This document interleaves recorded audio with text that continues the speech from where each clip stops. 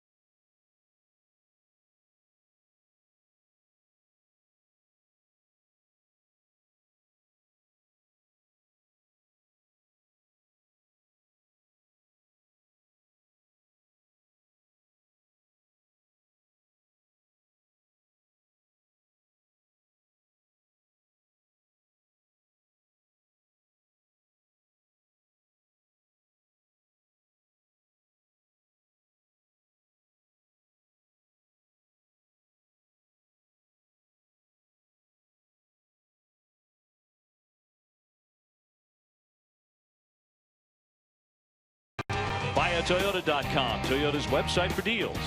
By Sullivan Tire and Auto Service. Dunkin' Donuts, America runs on Dunkin'. And by Southwest Airlines, transparency, low fares, and nothing to hide. Red Sox and the Rangers finishing up this series on a steamy day in Arlington. Great to have you with us for the Red Sox game number 75. Right now they have 3 games back of Baltimore in second place and 1 ahead of Toronto. Red Sox have not been this far back since the 23rd of April. Some changes in the lineup today, and for more on that story, let's get out to Garen. Thanks, Obie. Well, just a few changes to the lineup today. Ryan Lamar gets the start in left field, and Bryce Brent will be the designated hitter. Here's John Farrell on giving David Ortiz the day off. It is, as we've had to manage, you know, his heels and ankles and feet situation. It was a recommendation to have the day off. He's available to pinch hit. And would hope that and anticipate he's there ready for all 3 games in Tampa. So Big Papi on the bench here for game number 3 as the Red Sox try and win the series against the Texas Rangers. Clay Buchholz against Martin Perez, a left-hander. And we'll have the lineups in the first pitch coming up in just a moment here from Globe Life Park in Arlington.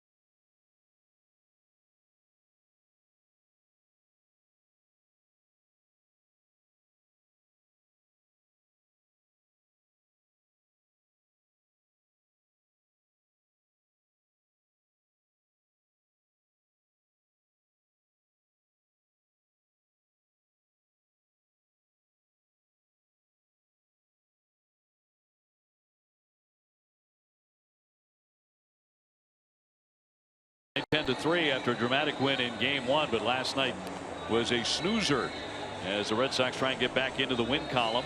And here's a look at the lineup. It's brought to you by buyatoyota.com, Toyota's website for deals. Mookie Betts is in right, Dustin Pedroia at second, Xander Bogaerts at short.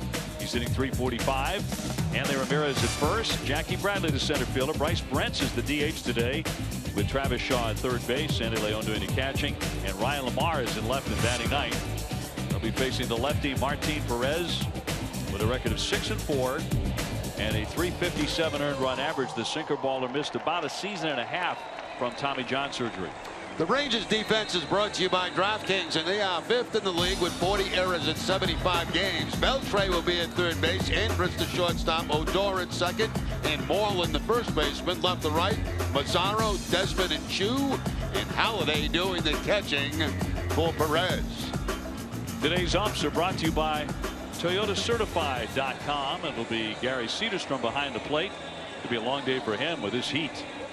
Eric Cooper at first, Adrian Johnson at second, Ramon De Jesus is the umpire third. And where available, this telecast can be heard in Spanish by selecting the SAP button on your TV remote. SAP presented by ToyotaCertified.com. Search for your factory-backed Toyota Certified used vehicle right now. Buenas tardes, amigos. Here's our weather for the day.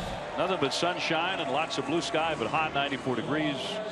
And a bit of a breeze right to left at 10 miles per hour, but it can get in and swirl around the ballpark and can wreak havoc on pop-ups and fly balls. Yeah, they tell us the heat index on the field is about 105 degrees right now, so it's a sticky and warm one here today in Arlington. Perez, a 26-year-old from Venezuela. Very heavy sinker, but if he's a little bit off, he's very hittable. Gets a lot of ground balls and a lot of double plays. And the first one to Mookie is wide for ball one, and we're underway. Now, you mentioned that Tommy John surgery. The Red Sox have not faced him for a couple of seasons. He's made 3 career starts against Boston, 1-1. Check swing and a foul, and came up and hit him. That's a surprise there. Just a foul tip that bounces right around the plate and bounces back up and hits Mookie Betts. Looks like it got him right on the side of the face. Ooh. Almost knocked the helmet right off him.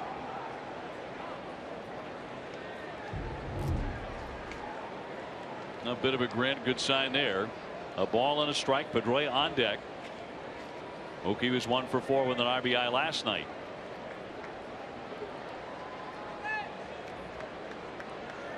And the 1-1. Off the glove. Perez has to go and get it. And throws too late, and it'll be a base hit in all likelihood. We'll see how they rule on this, but Mookie Betts is quickly aboard. Now, once that ball got by Perez and started rolling out towards second base, they had no chance to get Mookie Betts. It was almost a very nice play by Perez on a tough ground ball back up the middle, but I'm sure that's going to go as a base hit. That ball was struck pretty well by Betts. He is on with a single and a 5-game hitting streak.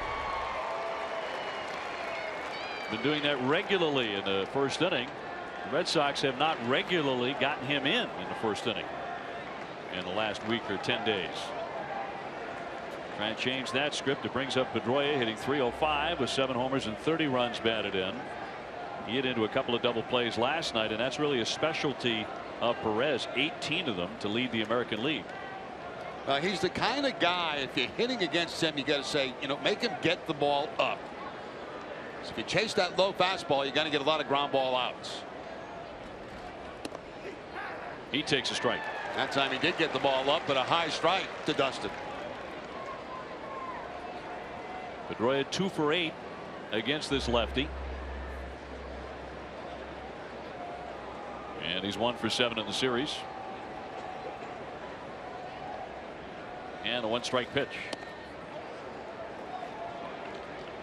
I'm always curious on who gives the signs in the infield. We know the Red Sox, Pedroia gives the signs, but for the Texas Rangers, it's Elvis Andrus, who's got more experience than Odor. So he is responsible for giving coverage at second base. See the glove go up, and then he'll give a motion, open mouth. You got it, closed mouth, I got it. Down into the dirt, stopped by Halladay.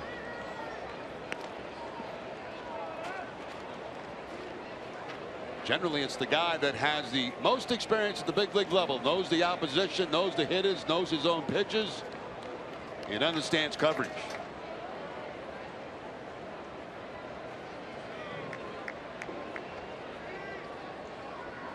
Betts with a lefty on the mound. He does have 12 stolen bases, and back he goes on the lunge.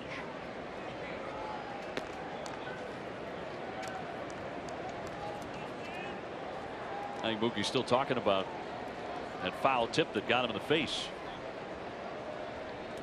He shook that off very quickly. The next extra base hit for Pedroia will be the 500th of his career. He punches that one. Mazzara right there, though, a couple of steps to his right for the out. Frustrating out for Pedroia. Hits the ball very hard. I mean, you can't hit it any better than that on the line, but unfortunately Mazzara right there just had to take a couple of steps to his right to make the play. Looks like a fastball, cut fastball, maybe on the inside part of the plate. Dustin cleans it out. Hit very well on the line, but not too far to go for Mazzara in left field. That'll send up Bogaerts at 345. 9 homers, 50 driven in. He is no longer the American League's top hitter. He's 3 points behind Jose Altuve of Houston, who's sitting 348 coming into play on this Sunday. He will take ball 1. And Astro team's cooking. It won 7 in a row. Hottest team in baseball right now is the Cleveland Indians. 8 straight. Great pitching they've been getting. They are at 13 over 500. Everything's coming up roses in Cleveland. That's going to miss just a little bit low at 93. Borderline again. Actually 2 borderline pitches in this at bat, both going the direction of Xander Bogaerts as he runs the count to 2 balls and no strikes.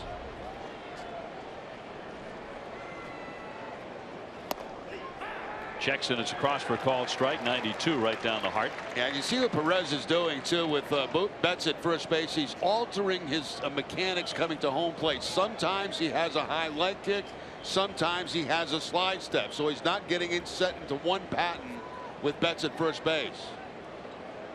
That time the slide step. And low again for a ball. So now he's got to 3-1 on Xander. It's very difficult when the pitcher does this to get a jump. He just drags that front leg across the dirt instead of giving the high leg kick, and that makes him a quicker delivery to home plate. But sometimes it takes away from your pitchers.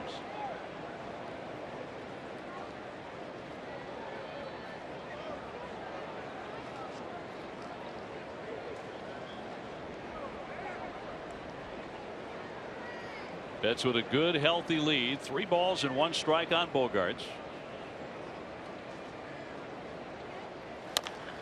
And a dribbler. Here comes Beltre. He'll scoop and fire, and not a great throw. And did he hang on to the bag? He did. Down to second is Betts with 2 down. Now, we talked about it earlier in this series. You know, Beltre has those kind of throws at sidearm, and he throws a lot of sinkers to second base and first base. And this time the ball, you can see right there, is going to be pulled off the bag. And a nice play by Moreland as he scoops it. Did he have it in his glove completely? I'm not sure right there he had it in his glove, and Bogaerts was going across the bag at first base. So I mean, that's something that is being questioned now by John Farrell. He did not have control of that baseball. Looked like he had pinned the baseball on the dirt. Yeah, exactly. And if that's the case, Xander should be safe at first base. He didn't get control of that ball until after Bogaerts had crossed the bag. Now you watch the bounce and watch the ball. It's being trapped against the dirt, and then it's picked up and Bogaerts is by the bag. So that should be Bogaerts at first base. And John Farrell is out, questioning Eric Cooper, first base umpire. Betts safely into second in any event. Long conversation here. Home plate ump Cederstrom, who's the crew chief, will come out and be part of it. And now John walking away. That was a very poor call, in my opinion, by Cooper at first base. And I would be curious to see his position that he was in when he was trying to make that play. Make that call, I should say. Did he get a good look at where the baseball was? We certainly did on replay. Let's take a look and see if we can see where the first base umpire is, if he can see that. No, he should have an excellent look at it from the position he's in. And he just missed the call. Hanley Ramirez now has been cooking the home run ball. He homered last night, his third in 4 games.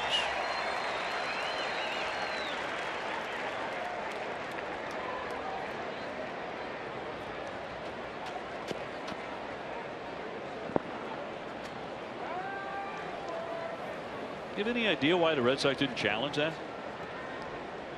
It's got to be challengeable, right? Unless they're considering that a trap on the infield, and then it's not. But it's a force play, and that's challengeable. Here comes the 0-1, and just missed inside. Well, it was a missed call. There's no question about that. We had a very, very good look at it. There was never control in that glove. Matter of fact, the ball was actually on the dirt when Bogaerts went by, and then he got control of the baseball, did Moreland.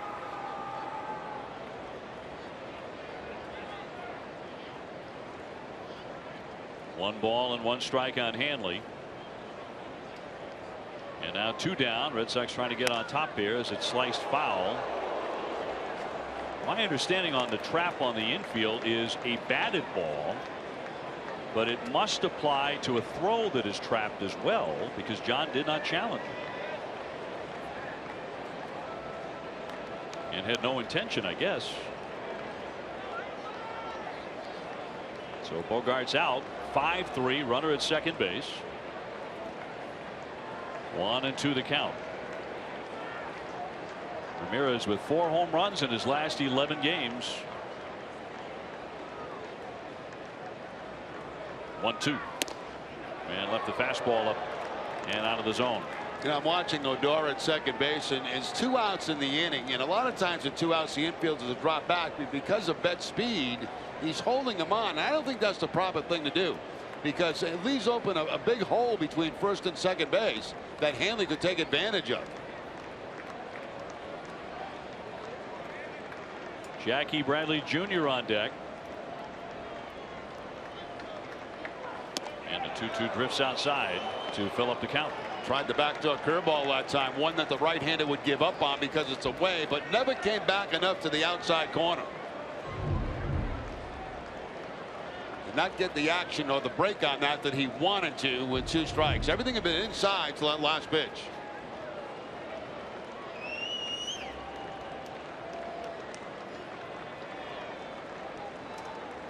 Perez says yes. 3-2 now to Hanley, and he walks him. So the Red Sox will have runners at first and second for Jackie Bradley. Red Sox have an off day this Thursday. That means Nesson will have Paw Sox coverage. They open a homestand against the Columbus Clippers live this Thursday at 7. Perez has been pitching very well. He's earned a win in 5 consecutive decisions, although no decision his last time out against St. Louis. Jackie 305 now, 13 homers, 49 driven in.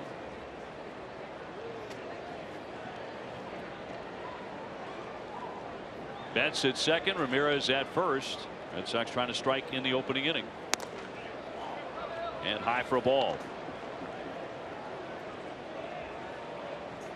Walks have been a problem for Perez. He has now walked 40 men, 3rd most in the American League. And yet he's working on a 5-game winning streak with all those walks. And this one popped up on the infield. Beltre calls everybody off, and he makes the catch. He and Andrews have an interesting relationship on the infield. The Red Sox do threaten, but they strand 2. No score after a half inning.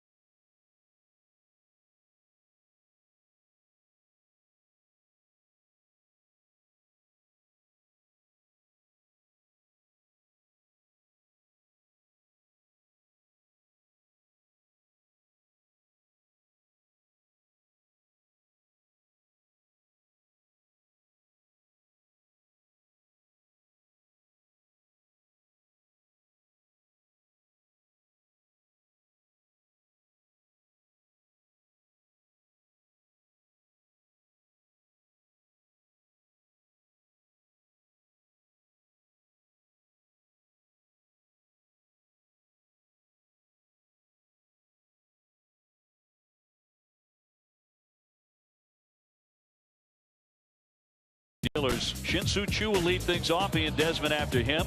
Nomar Mazara is in left field with Adrian Beltre at third. Prince Fielder, the designated hitter. Rougned Odor at second base. Elvis Andrus, the shortstop. Mitch Moreland at first. And Brian Holiday does the catching. Against Clay Buchholz, 3-7 with a 5.83 ERA. The Red Sox defense is brought to you by Southwest Airlines. They are sixth in the league with 38 errors in 74 games.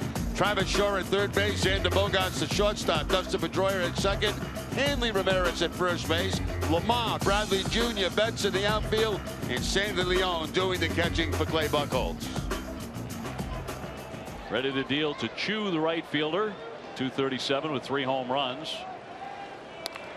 And punches that one up the middle for a base hit on the very first pitch. That first pitch of the game has been problematic for Clay Buchholz. Last start, he allowed a home run on it. Yeah, basically you're just trying to get ahead with a fastball, and that time Choo, expecting the fastball, jumps all over it and picks up the base hit. Ball's away. It's, way off the outside part of the plate, as you can see right there, but still hooked by Choo for the hit. That was even close to being a strike. No. Buchholz 1-5 lifetime against Texas with a .410 earned run average. Brought to you by your New England Audi dealers. Here's Desmond, red hot, hitting .322, 13 homers, 49 RBIs. He's been trouble in this series. Looking to bunt and offered and missed it.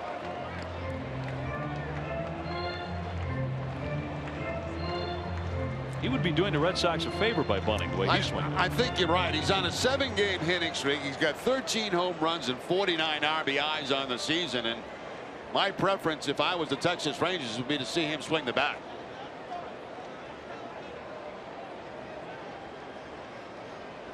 Choo with the lead at first base. No score in the first inning. And a cut and a miss. That's a good curveball by Buchholz. Hopefully that's one he can maintain throughout the course of the game, because when he has the good curveball, that's a very good weapon for him. This time keeping it down and away from Desmond.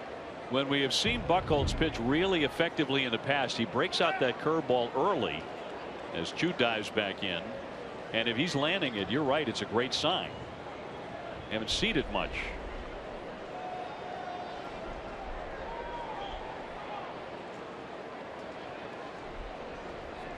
So far, just 17% of the time with that hook.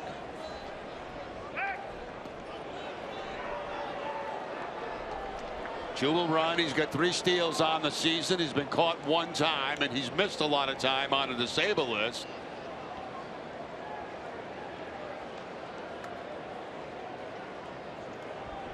Oh, 0-2 on Desmond. He only had 33 at bats against the Red Sox in his career, but he has 14 hits. And another one into center field. Make him 15 for 34 in 9 games against the Red Sox. You know, Buchholz comes right back with the curveball, and it sounds like it's toward the end of the bat for Desmond. But he's been so hot, he's going to make contact and drop it into center field. There's the breaking ball again. It stays up in the zone a little bit. It is toward the end of the bat and just drops into center field. So tried to double up on the curveball. Second one not quite as good as the first one. Desmond makes contact, picks up the base hit. And he's hit safely in 8 straight. So first and second right away here for Texas. Mazara to climb in, 286 with 11 homers, 30 RBIs. Very serious Rookie of the Year candidate, although slumping right now.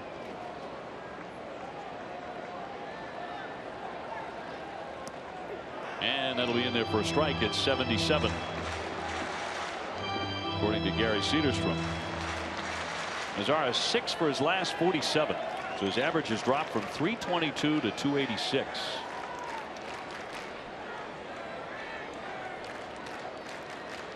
Seeing Buchholz for the first time, and he hooks that one foul outside of first base. That's a changeup, first changeup that Buchholz has featured so far in this game, and Mazara was way ahead of it, pulling it foul. Problem with the location there was that it stayed pretty much over the middle of the plate, and that's why he was able to make contact and hook it.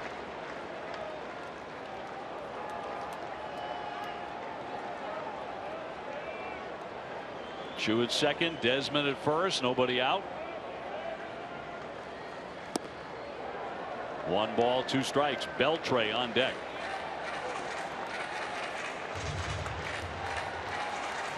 You mentioned this in the open, Jerry, that Buchholz in a couple of those recent bullpen performances had the fastball to 94. Yes.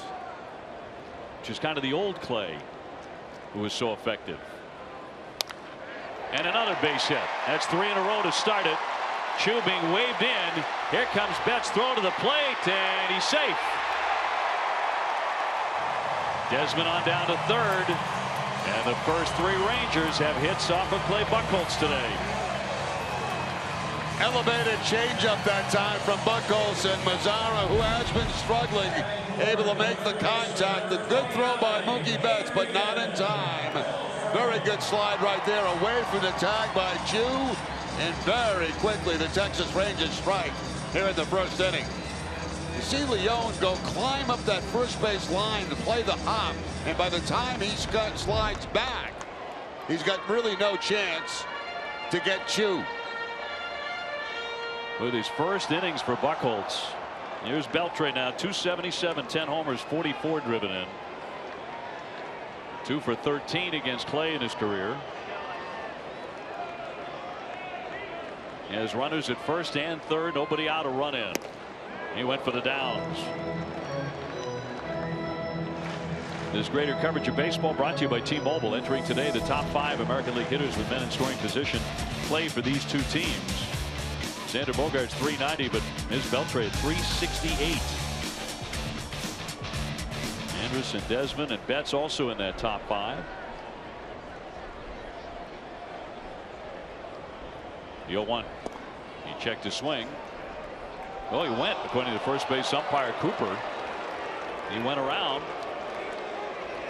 And make it 0-2.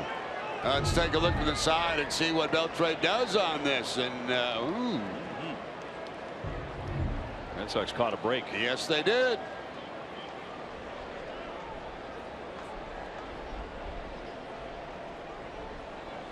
Oh-2, high but fouled on the right field line. Mr. Cooper at first base is not off to a great start today. No, he's having a rough first inning. He definitely blew that call with Bogaerts going down the line, and I don't believe Beltre went on that last pitch. Red Sox will certainly take it.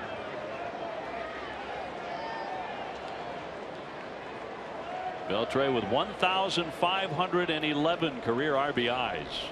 Gonna try to put him away with a curveball. Got a piece. That's not a good one either. That's not a good Clay Buchholz curveball. That stayed upstairs, and that's a dangerous spot against a guy like Adrian Beltre. Fortunately, it was fouled off. They did get it away, but it was elevated. Beltre had an RBI Wednesday against Cincinnati. He passed Mickey Mantle on the all-time RBI list, 53rd. Liner up the middle, another base hit. Desmond will score. That is 4 consecutive hits to begin the day against Clay Buchholz. Well, I want you to watch the location of this pitch, and it's going to be a changeup from Buchholz, but it stays up in the zone. And when you leave a changeup up about belt high, it's not going to fool the hitter. You may be a little bit off balance because of the change of speeds, but you still have the ability to keep the hands back. And there's the off-speed pitch right there. You see how high it is. And Beltre takes it right back up the middle for the hit. With a lot of off-speed pitches, a lot of breaking balls right away. Yeah, not many fastballs from Buchholz at all. First pitch of the game to Chu was a fastball, but that was for a base hit. Here's Prince Fielder now, hitting just 210, but he is heating up. Tried to hold up, but went around a swing and a miss for strike 1. You know, I think one of the reasons for that too, Dave, is the fact that, you know, we've watched this team now for 2 games, and they are very, very aggressive. I mean, they're swinging at the first strike that they see, so a lot of times pitchers will see that and stay away from the fastball early in the count, trying to go at something off speed. First and second, nobody out, already 2-0. You know, Fielder can do serious damage. And there's a fastball for a strike, only 89 miles an hour. That was a cutter that was at the top of the strike zone that time. Fielder has hit safely in 7 in a row. He has cracked a long home run in this series, but he's only hit 6. He's had a tough season to this point. And the 0-2. And missed in. That's a pretty good pitch by Buchholz. He tried that two-seam fastball where he tries to start it off the inside corner and bring it back to the corner. You can see Fielder jumping out of the way, and that pitch is very close to being a strike. Odor would hit next. Nobody out, 2 on. And a 1-2. A little bit high. That's the 94-mile-an-hour fastball.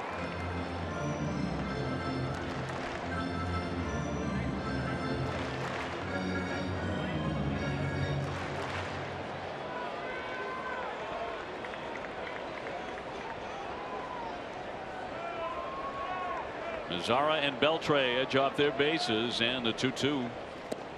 He thought about it, but he stayed away, and now it's a full count. Yeah, once again the changeup at 81, but once again has trouble getting it down.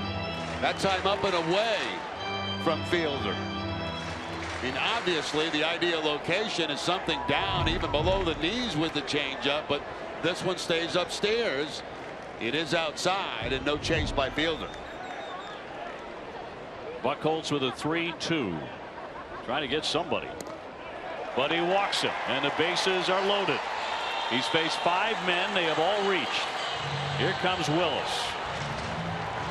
This is so mindful of Price's outing in game 1. Yeah, this has got all the makings of a very, very bad start for the Red Sox, which they don't need. Their bullpen has been taxed. Buchholz has to get it turned around. The whole pitching staff has to get it turned around. Yeah, a lot riding on this one today, and it has started horribly for Clay. A single by Chu, a single by Desmond, a single by Mazzara, another base hit by Beltre. Fielder works him for a walk, and they are all filled up for their #1 home run hitter, Rougned Odor, who has hit 13 home runs. Don't miss W.B. Mason Extra Innings Live right after the game. TC and Steve Lyons have reaction from Buchholz and John Farrell.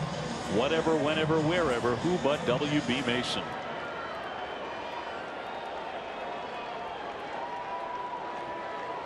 Odor super aggressive. He has seen Buchholz for 2 at bats. He's 1 for 2. No place to put him. Swings at the first pitch, and he pops it up. Shaw heading for the outfield. So is Bogarts. It's falling, and it drops in. It'll be a hit, and another run comes in to score to make it 3-0.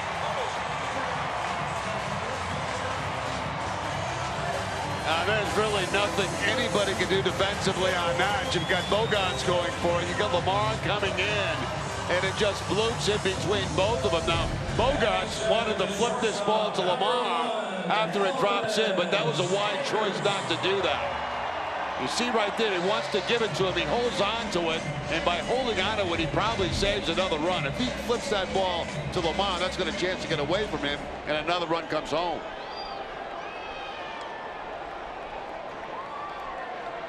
Three to nothing, Texas. Here's the 7th man to hit in the inning. Still nobody out. Elvis Andrus hitting .292 with 3 home runs. And he'll look at a strike.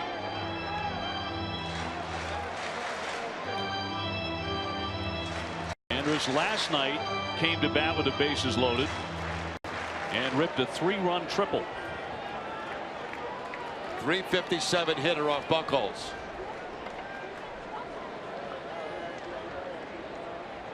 And the 0-1 chop right to Shaw. Comes home for the out there. Back to first, and the Red Sox turn the double play.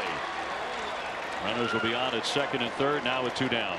Well, that's very big, obviously. I mean, that's in the statement of the inning right there. Shaw going, deciding not to go across the horn, but come home to get the out. And Leone able to quickly make the stretch out, pivot, make the play to first base, and get Andrus, who runs pretty well. So the Red Sox pick up a critical double play here in the first inning. Mitch Moreland now, the #8 hitter. .231, but with 11 home runs and success against Clay Buchholz in his career. 4 for 7 with a homer. He'll take away ball 1. Moreland, another Ranger, swinging a good bat at the moment. 327 his last 15 games. Buchholz has never won in his home state of Texas against these Rangers. In the state of Texas, 0-3 against them.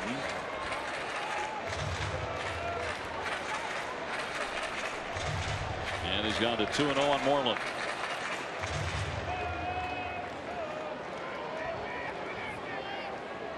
Overall, he is 1-5 against them, with a victory at Fenway, a .410 earned run average.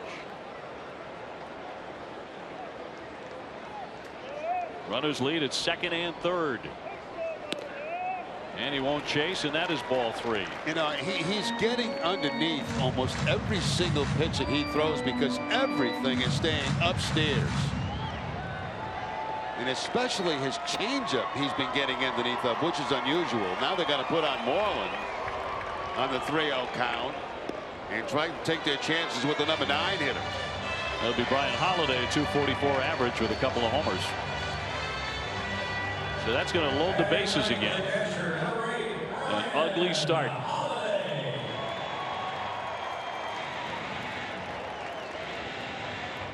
Holiday, 244, 2 homers, 13 runs batted in.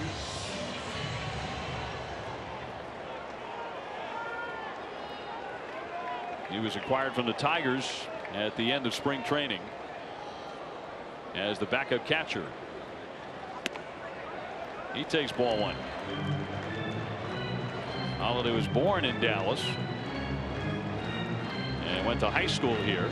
Went to TCU in Fort Worth for his college ball. So he's all Texas. The 1-0 pitch. Ball 2. 28 pitches and counting here in the first inning for Clay Buchholz.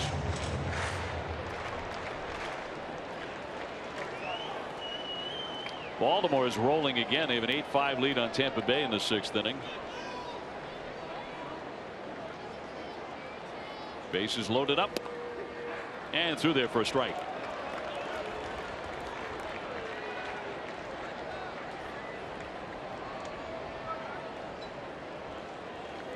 Chu started the inning with a base hit. He's on deck. He scored the first run. Buchholz with a 2-1. And a high fly ball. Should be a routine play. Lamar in the alley, and finally that's over. 9 men come to hit. 3 of them scored off of Clay Buchholz. 3-0 Texas.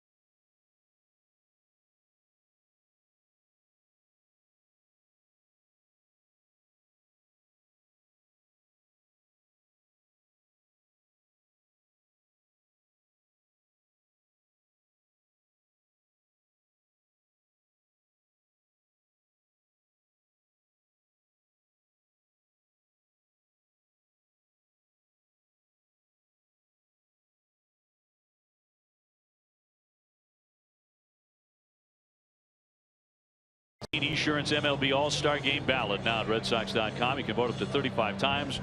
A number of Red Sox players are in the hunt. Be sure to vote at RedSox.com/vote. So the Red Sox with work to do. They're trailing after 1 inning, 3-0. Brent's Shaw Leone to bat against the lefty Perez. Who allowed a base hit to start it to Mookie Betts. He also walked Hanley Ramirez in the first inning, but he got out of it by popping up Jackie Bradley. Brent's just recalled from the Paw Sox, and he'll look at a strike. He's 2 for 8.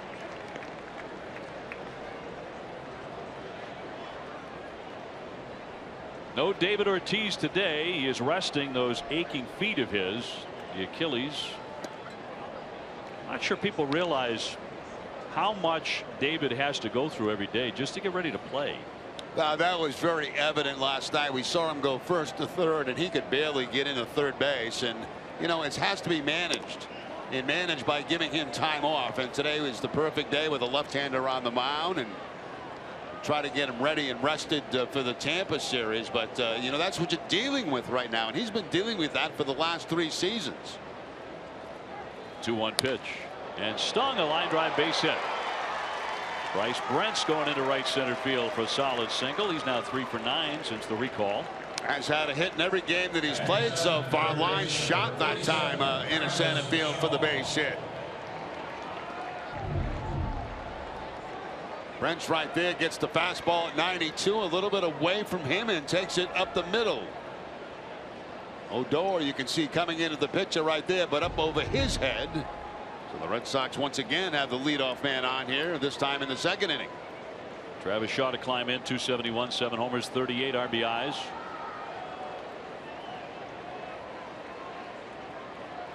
And Perez works and misses for ball 1. David Ortiz, 335, 30 doubles, 18 homers, 60 runs batted in.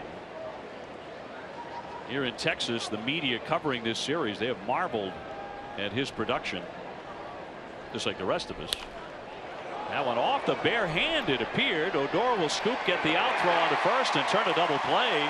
Perez looked like he put up the bare hand to slow that down. He got his fingertips on it.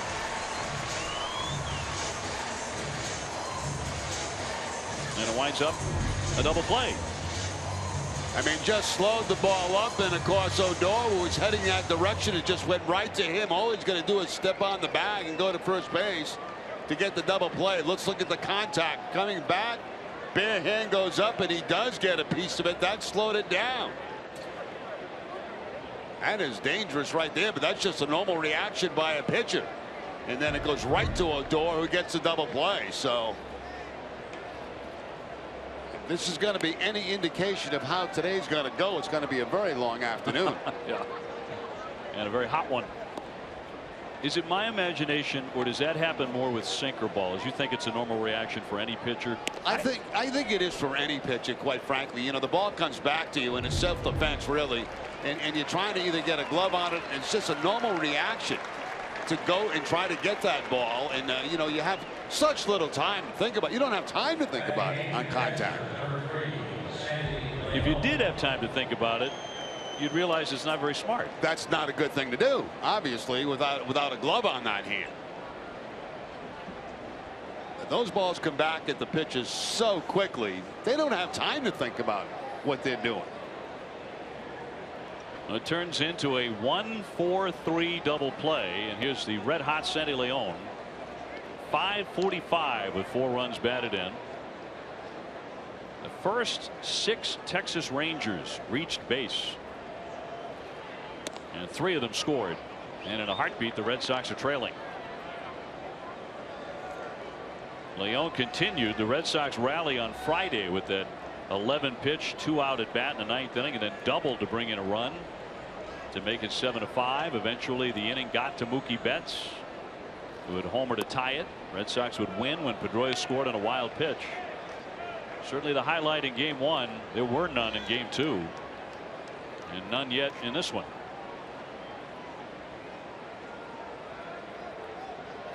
The 3-0 pitch. He is taking all the way, and it's a strike at the high end of the zone.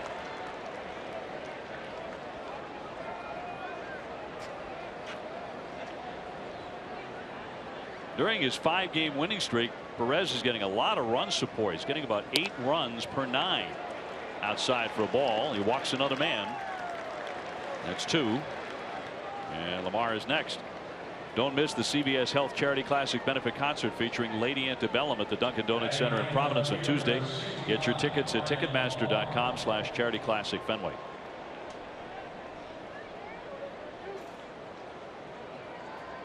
Lamar, since being called up to the big club, is 0 for 2.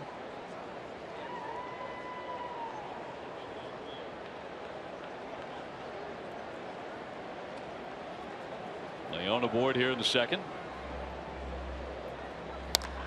Slicer. Chu will put that away and retire the side. So that's all for the Red Sox. Despite a couple of base runners, the double play was key. 3-0 Rangers.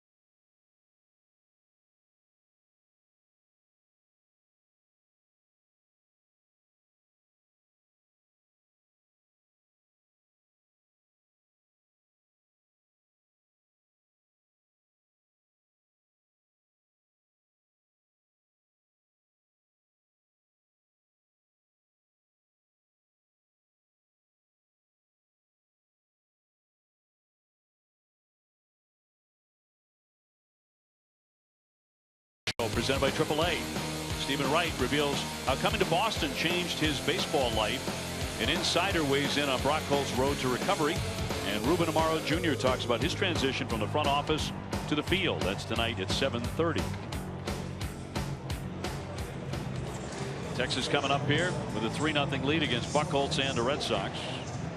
Shin-Soo Choo, who started it with a base hit, will lead it off.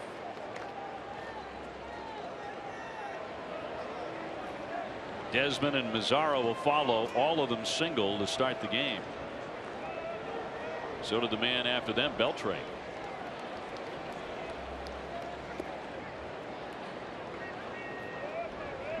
Chu led off game 1 with a home run. Been a good hitter throughout his career. He's hit 300 several times. 22 home runs a year ago.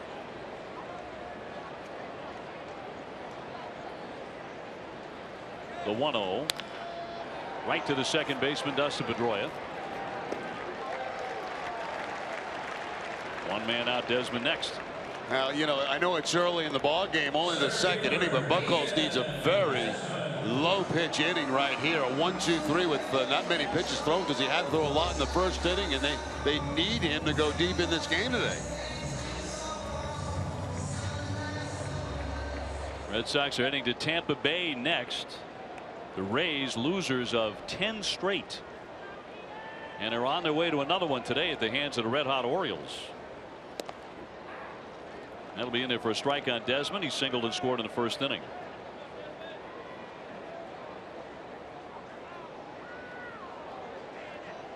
Former Washington National shortstop, who has been converted to center field and has played very, very well there. So you can take an infielder and make him an outfielder. He's done it. I think of all the positions to move to from the infield to the outfield, center field is probably the easiest. I'm not saying it's easy, but I think easier than going to left field or right field because you're looking directly at the hitter. And you can see from center field the location of the pitches, whether they're inside, outside. It helps you get a jump.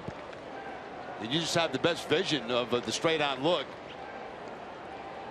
And not many balls slice away from you. He has a good arm too. He had a very strong arm at shortstop, but his throws have been quite accurate. He's been getting raves. Desmond 2 years ago turned down that huge offer to remain in D.C. $107 million offer. He really didn't want to stay in Washington. Wound up becoming a free agent, coming here for 1 year, just a 1-year deal in Texas. It looks like he is going to sign with somebody for a big deal as an outfielder. After this season, here comes the 2-2.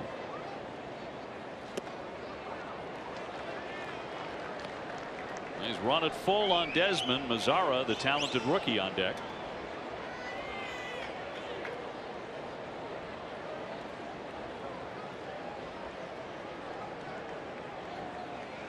And the 3-2 pitch.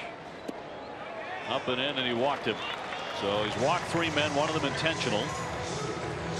You know, for me, watching Buchholz here in the first couple of innings, he's just getting underneath a lot of pitches. He's not getting on top of the pitches. That's why you're seeing a lot of them end up high in the strike zone.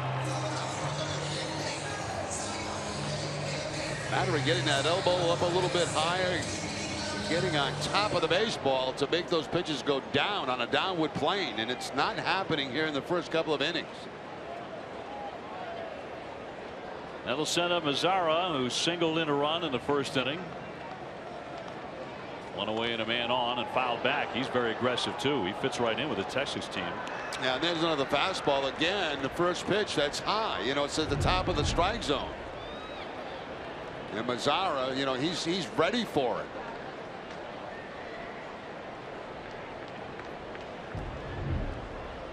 Mazzara, the 2015 Rangers minor leaguer of the year. And they bat him 3rd in this big league lineup. That is in there for a strike. Boy, that was outside. Buchholz really benefiting there. This ball not even really close to being a strike. He tries the breaking ball, and it's way outside. But fortunately for Buchholz, Cedarstrom saw it as a strike. 0-2. Knocked foul. Mazzara coming from a military family. His father is a retired general in the Dominican Navy. Beltre next. 3-0 Texas. And very quickly.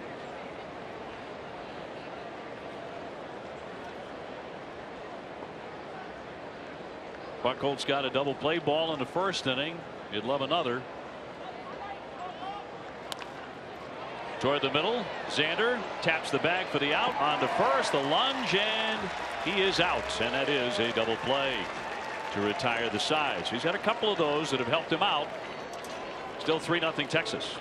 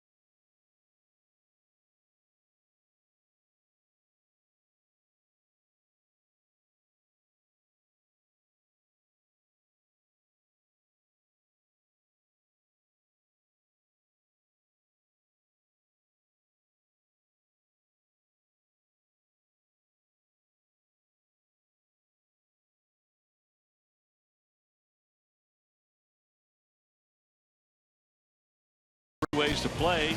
You could drive away with a Ford Escape, $5,000 in cash, or your grand prize of $100,000. Get your game ticket at Irving Oil today.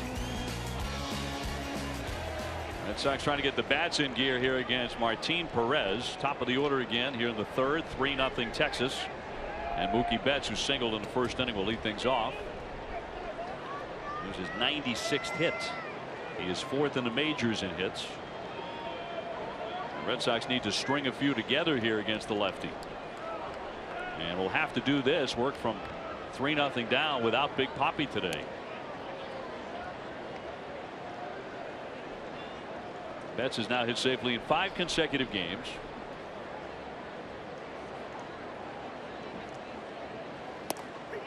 And he looks at a strike.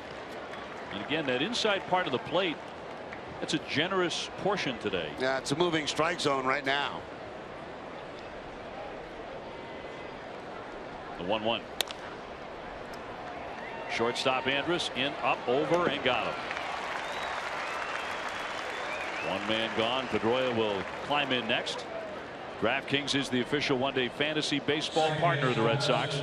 Experience the thrill of playing on DraftKings now. Play free daily using the promo code NESSN at DraftKings.com.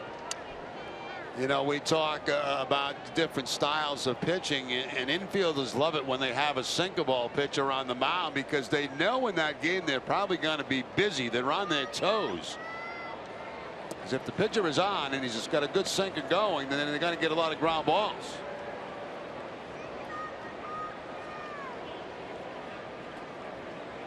Pedroia 0 for 1. He's flied out to left. Pops that one curling back out of play. Yeah, I remember playing behind Nolan Ryan. Nolan very popular down here in Texas, obviously, here in Houston, and you could take a nap between, you know, like when he was pitching, because you never got a ground ball. It was either a strikeout, a walk, or maybe a pop up or fly ball, but very few ground balls from Ryan. And it's a totally different feeling when you're out there with you got a guy that you know there's going to be contact against. Well, you've got to enjoy that a lot more. You know, the burly type who works quickly and pitches to contact. He wants to hit bats. Unless you want to get your nap in. Many times on a day game, yeah, a nap wouldn't be bad. We used to like Nolan to pitch on Sundays. 2-1. Fly to dead away center field. And Desmond has plenty of space there to put that one away. And there are 2 down. What was that like being around a guy who threw 103 miles an hour? Well, you know, I always tell this story, and it was my first major league camp, and I went in as a young kid, and Ryan happened to be throwing a side session that day. Now, I looked at the side session, and I said, man, if everybody at the big league level throws like this, I am not going to be around here very long. I mean, it was awesome to watch. And that was prior to him getting his elbow surgery, which after the elbow surgery never threw quite as hard as he did before that. Now on today's radar guns, I honestly believe, you know, I've seen some reports of him, you know, these talk about high 90s, occasional 100. It was more than that on today's radar guns. It really was. And he had a nasty curveball to do it, and he was wild. So it was not a comfortable day for hitters. Well, bet. Bogarts taking one outside. He's 0 for 1 with a grounder to third base. I mean, early in his career, by the way, he only threw 7 no-hitters. When he was with the Mets, they couldn't get anyone to get in against him. I mean, nobody wanted to hit against him because he couldn't throw it in the batting cage. No, there were certain lineups, and I'll leave some names out, but there were certain lineups that we'd face, and we would be able to guarantee we knew which guys were not going to play against him. They were totally intimidated by him. He used to run the Rangers just a few years ago. As you say, absolutely beloved here in the state of Texas.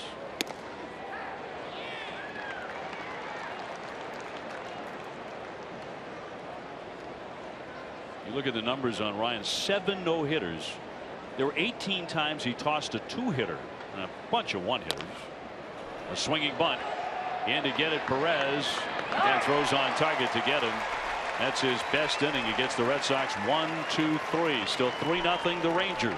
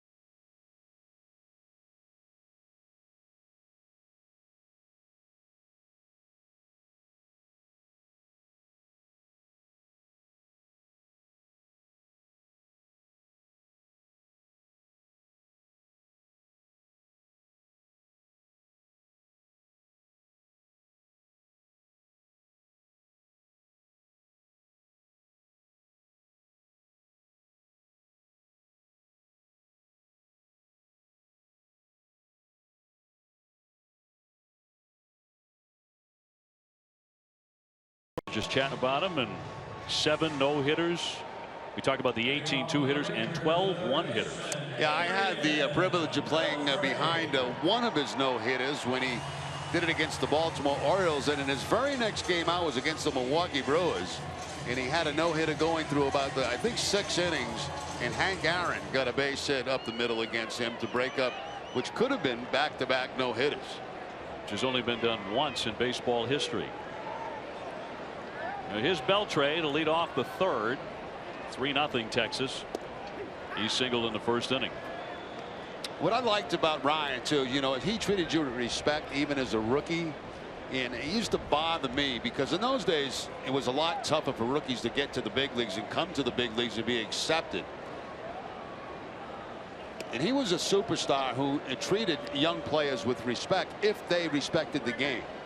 And it was guys that were just borderline older players who gave the rookies the hardest time, and they ended up being the terrible players on the team because they were intimidated that the young guys were going to take their place. You know, they weren't that good. But Ryan always treated people with class and dignity, and I always respected him for that. Fielder on deck.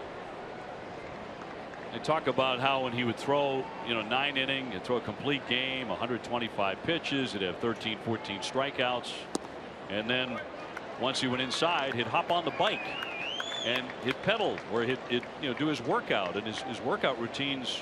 For you think of how long he pitched. Yeah, well, he worked very, very hard on his legs. He believed his power, his strength came from his legs. 3-1 foul tipped. And he was one of those guys who really grunted, didn't he? Yeah, he did. You could you could hear him in the infield when you were playing behind him, that he'd let it go and he just let out a big grunt. You knew something was coming pretty hard. 3-2 swing and a miss. That one ate him up. 92 inside, and he struck him out. So you're playing behind Nolan Ryan as he is throwing a no-hitter, and you're obviously aware as the game goes on. Sometimes the pitchers say they're not aware, but you are. Are you like just beside yourself that I'm participating in a little history? Yeah, I think that anybody who plays behind a no-hitter, is you get to about the 7th inning in the game and you realize that this is a real possibility, and you get nervous as a player behind it because you don't want to be the guy that's out of position that can't make a play to cause the no-hitter to be not accepted, and so you get as nervous as the pitcher does about it, and you stay away from them when they get in the dugout. It starts about the 6th, 7th inning. You don't talk to them. They stay, nobody bothers with them, and it's quite exciting. It really is. But nerve-wracking. Into the shift, Pedroia from shallow right will set down Prince Fielder. 2 up and 2 down. A's Ticket is Boston's trusted source for Red Sox tickets with the best seats at the lowest prices, all with a 200% guarantee. Treat yourself or someone special by visiting aceticket.com or by calling 1-800-MY-SEATS. Well, Buchholz faced only 2 men in the second, or 3 men in the second, and got the double play out of Mazzara, and in this inning just 2 men. As he attacks Odor to try and make it a 1-2-3. First inning, the first 6 men reached against him. You see Odor right there trying to bunt. He leads the American League with 7 bunt base hits.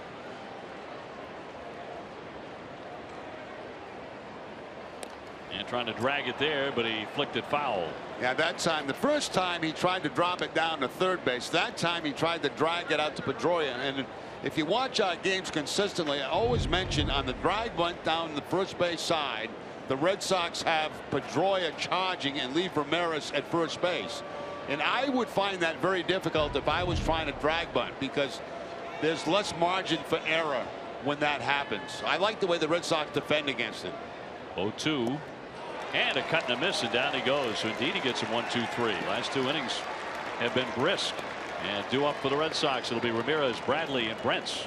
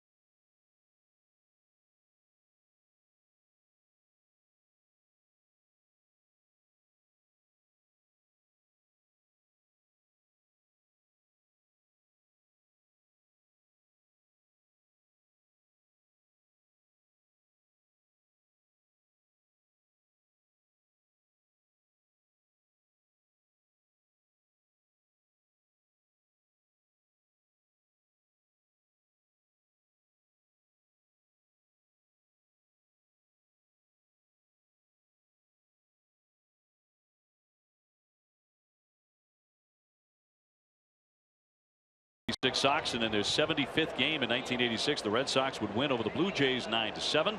Tom Seaver got the win for the Sox. He allowed 4 earned over 7 innings. Hanley Ramirez to start the 4th inning. Red Sox so far with only a couple of hits here against Perez. Jackie Bradley, Bryce Brent will be up after him. That is 4, 5, and 6.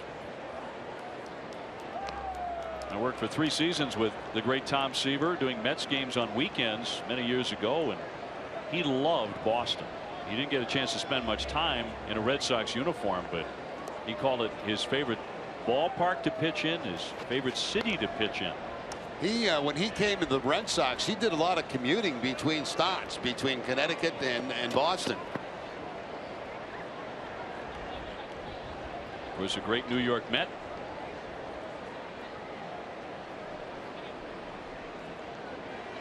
He was the franchise for the Mets. 300 game winner. 2-0 and drilled into right field for a base hit. And so Hanley is on again.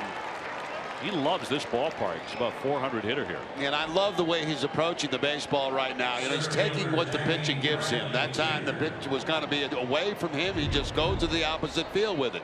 You'll see the location there, outside part of the plate, down and away. Actually a very good pitch by Perez and very good hitting by Ramirez as he takes it to the opposite field. That's a pitch a year ago he would have still tried to pull.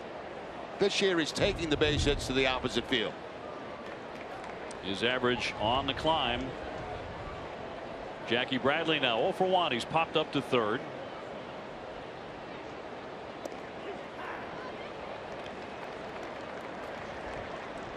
Coming into today, Jackie had only 34 career at bats against Texas, but was hitting .353 against them. 2 for 4 last night with a double and an RBI. He lays off a ball. See Perez there aiming down in the zone, trying to get that ground ball double play, his specialty.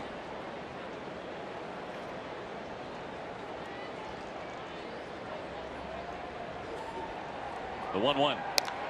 Chopper, foul ball off the line, gloved by Moreland. He was thinking about turning 2, but foul. Now if that ball does stay fair, it is a double play. It's going to be a tag first and then a tag at second base. See Moreland tagging the bag after he checks out the umpire, but the foul call had been made.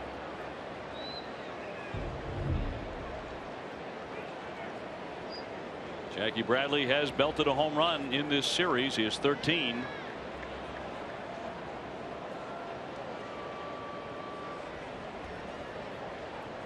He ranks 2nd among American League outfielders in fan voting for the All-Star game. Mookie Betts is 3rd. So the Red Sox are going to have several go to the All-Star game. Xander Bogaerts and David Ortiz are leading at their position in fan voting.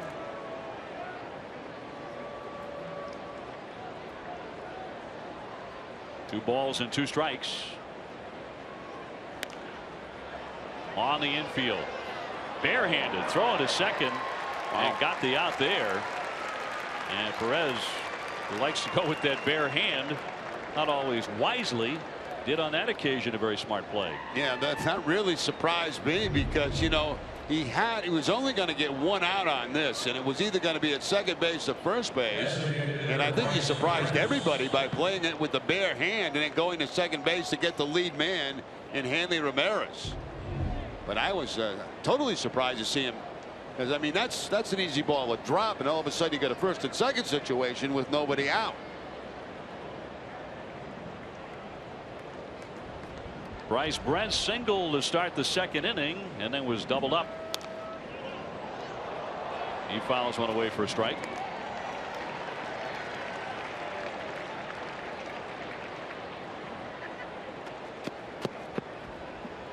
He's the DH today, but he's been in left field the last couple of games. He's been very, very busy out there. He's made some nice plays too. Going to his right and his left. Beltre in on it.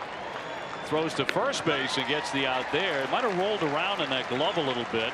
Safely into second base is Jackie Bradley. That's the correct call, Dave. I mean, there's no question Beltre wanted to go to second base with this, but he couldn't get a grip on it once it got in the glove. You see right there, as it got up into the webbing of the glove, he did not have the grip, so he changed directions. He decided to go to first base to get the sure route and allow a man to get in a scoring position instead of throwing the ball away at second base.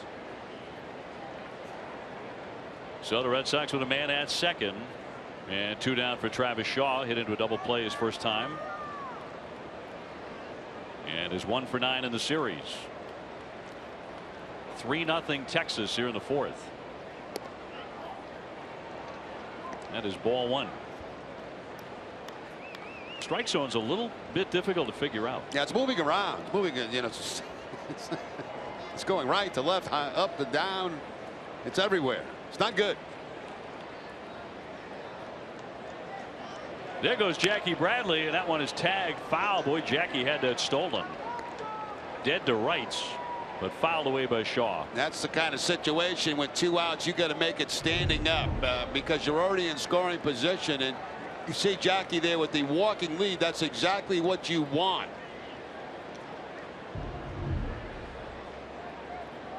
But with 2 outs and you're in scoring position, it has to be almost a stand up at third base, and that would have been. 1-1 from Perez. That'll miss. Perez has pitched well in this ballpark. He's 5-1 at home with a .261 earned run average. That's in 8 starts. This could be a tough place to pitch. Talked about that jet stream out to right center field. Travis was talking about that in the clubhouse. There goes the runner again, and the pitch is down into the dirt, and Jackie Bradley will have that one stolen.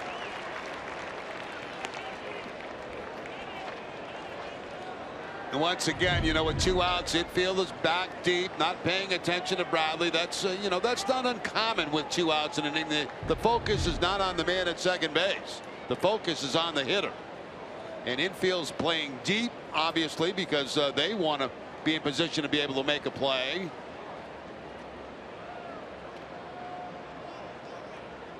Good pitch to hit. Here's the 3-1, and he fouls it away. Got a 94-mile-an-hour fastball. Bring your company to a Red Sox game this year. Enjoy one of Fenway's special pregame spaces that can accommodate as many as 200 guests. For tickets and more information, visit redsox.com/groups. Leon hoping for a chance to hit next. Red Sox with a runner at third base, 2 down. They're down 3-0. Fastball inside. And the 3-2. Fouled it away. Everything has been inside to Travis Shaw, so they've kind of got him set up on this 3-2 count for a breaking ball away. Once you've seen this many pitches on the inside part of the plate, all of them, you've got to be thinking in there, and all of a sudden a pitch away will kind of freeze you. Let's see if they do go away with either a breaking ball or a fastball. Fastball away. 3-2 again. And he struck him out. So the Red Sox put a runner at third base but cannot bring him in, and through 3.5 it is still 3-0 Texas.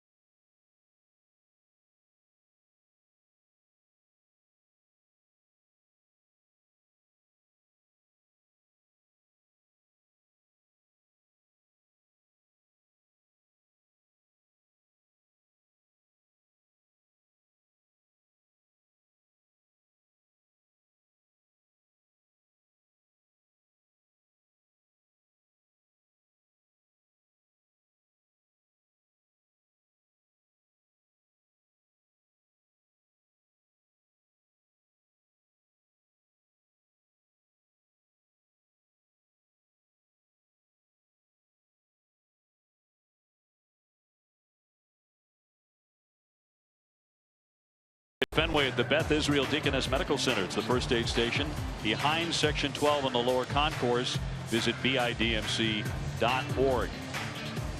Make sure you have your fluids today. This weather.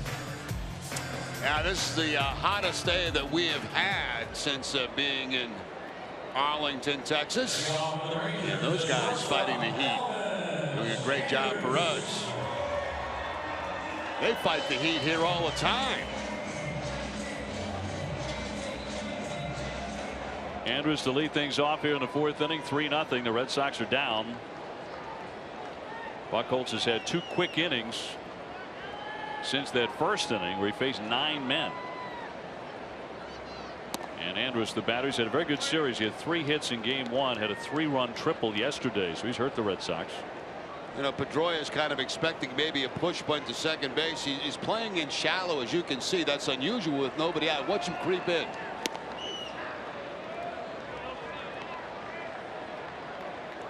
Andrus will, you know, occasionally push one in that direction, and that's why you see Pedroia doing that. Now with the strike on him, he moves back a little bit. Less of a chance of that push bunt. The 1-1. And that's through there for a strike.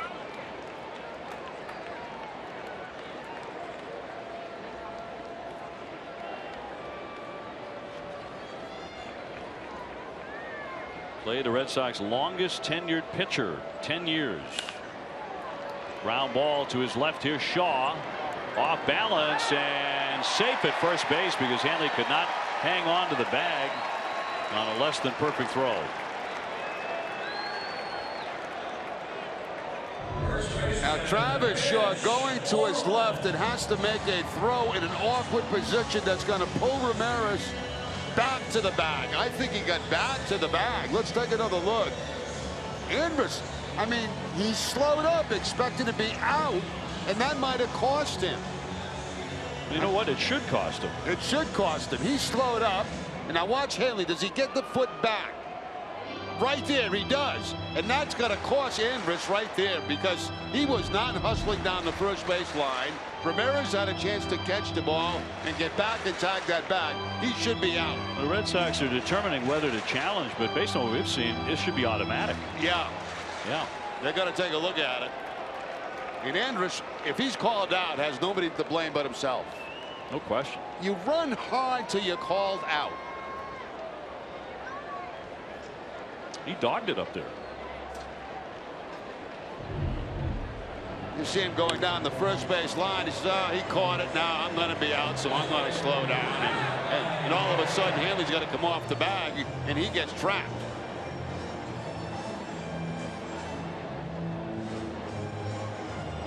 No, no, no, said Hanley to the umpire. He's telling Eric Cooper, I got back. Cooper continues to have, let's say, a less than sterling day over there. Yeah, both Cooper and Sandstrom so far must have got a late wake-up call today because they are really struggling. And I don't like to get on umpires, but I mean, it's been pretty obvious. And he is out. Yeah, should be. So John Farrell wins the challenge. He retains that moving forward. And it's just a case of a lack of hustle. There's Hanley stretching. Now he comes off the bag. He comes back to tag the bag before Andrus gets there because he had slowed down. He's running hot all the way. He's probably got himself a base hit. Here's Mitch Moreland. He was walked intentionally in the first inning. 3-0 Texas. You pointed this out last night about Mazzara. Nomar Mazzara kind of jogged into second base on a base hit. He was going first to second. And the point being, if Jackie Bradley had bobbled the ball, he could have been on his way to third, but not the way he was running. No, you know, that's just, it happens too much in the game today, in my opinion, is guys not running balls out. And, you know, there's a lot in this game that you can't control. It really is. But the one thing you can control is the effort you put in running the bases. And now we see guys like Ortiz not run the ball out because he physically can't do it.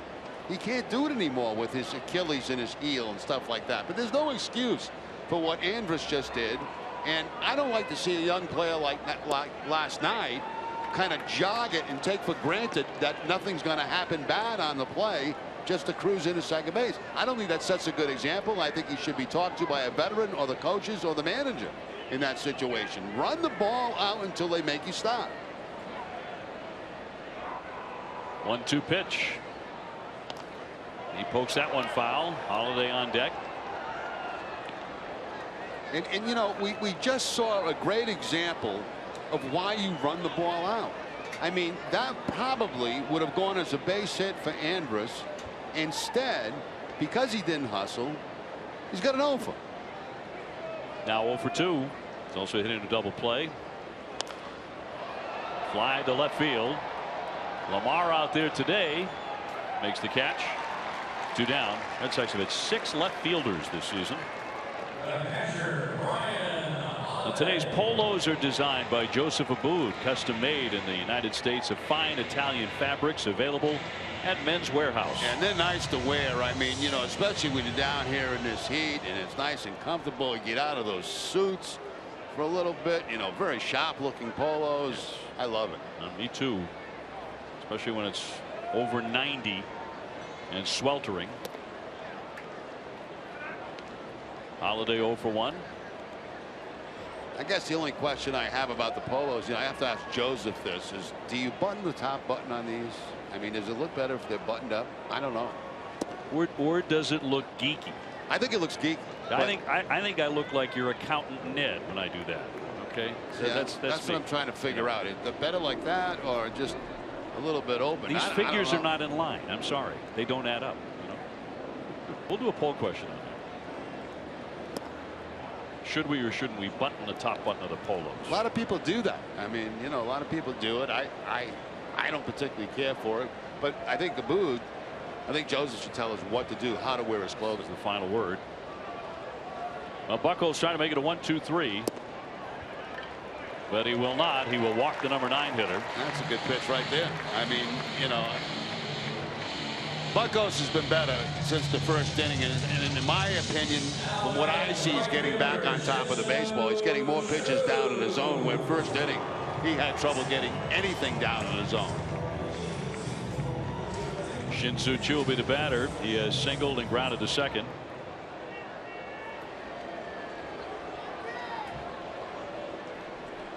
Clay Buchholz working with Sandy Leon today.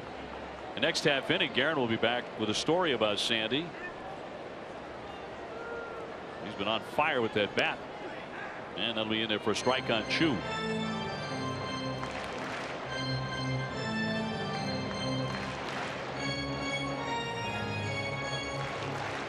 Choo from South Korea. Never played professionally there. He was signed out of South Korea by Seattle. Came up through their system as a minor leaguer.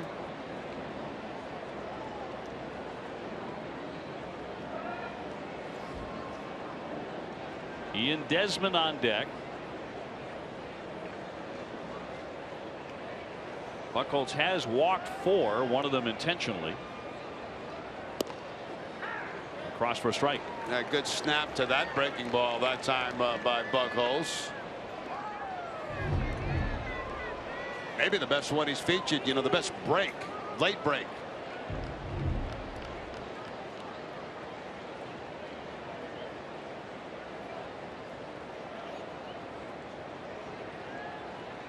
The 31-year-old right-hander from Texas with an 0-2 pitch. And the play down at second. The throw, he's going to get him. He cuts down Holiday. And a nice throw there by Leon to retire the side. So in the end, only 3 men come to hit against him. And it's still 3-0.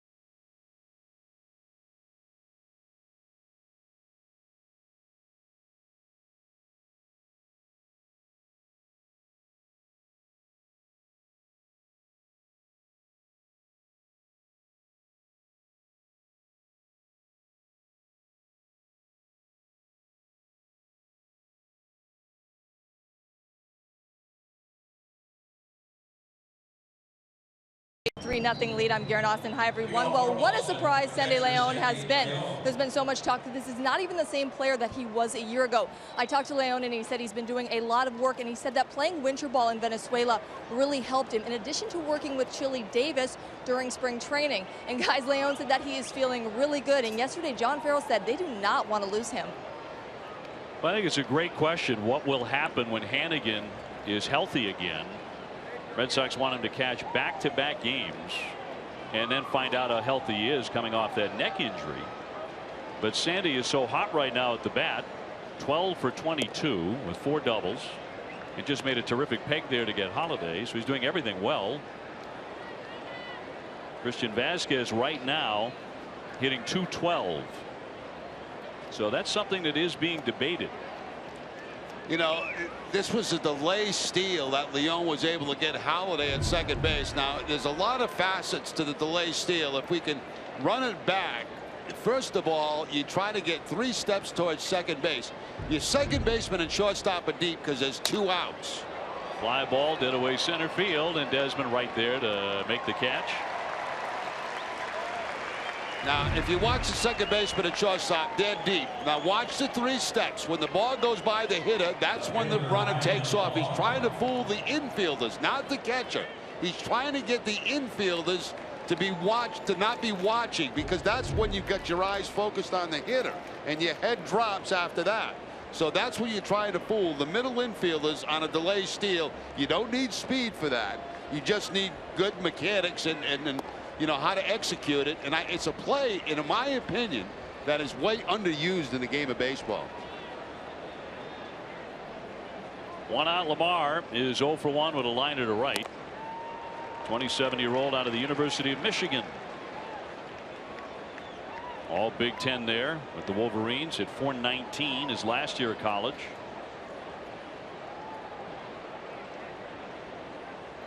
Mookie Betts on deck and fouled off.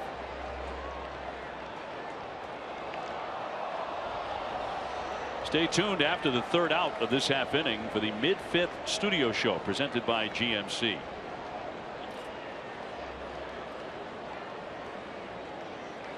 Soxman held to 3 hits by Perez. 3-0 Texas. Fouled off again. Lamar grew up in Michigan. High school, he lettered in football and hockey as well as baseball. Spent 6 years in the minors before he broke in with the Cincinnati Reds last year.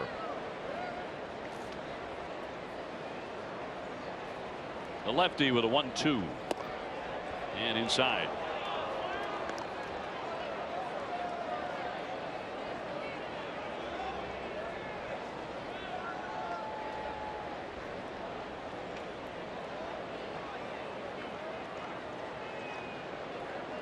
And the 2-2 coming. Breaking ball fought off foul. Perez in his career against the Red Sox, not a whole lot to go on. 1-1 with an ERA of 6.19 before today. The Sox jumped him here in 2014.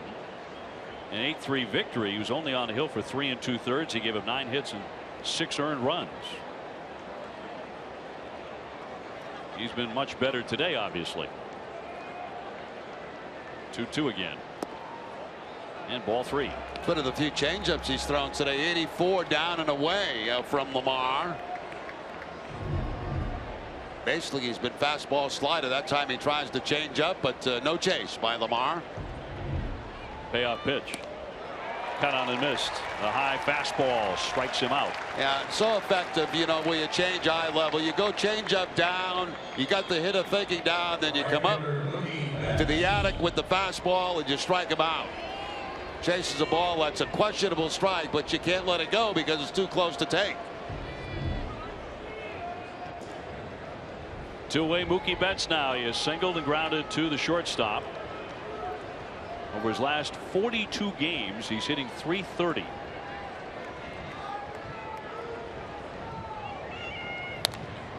Up the middle, base hit. He scorched that one. He's 2 for 3. Problem is, the Red Sox just aren't stringing hits together yet.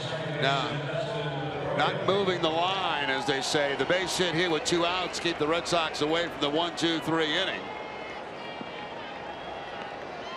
Stay tuned for Red Sox Final, presented by Plain Ridge Park Casino. TC and Steve Lyons will preview the Rays series, which starts tomorrow in St. Pete. Eduardo Rodriguez on the hill tomorrow night, Rick Porcello on Tuesday, and David Price back on the hill Wednesday afternoon after a bad performance here.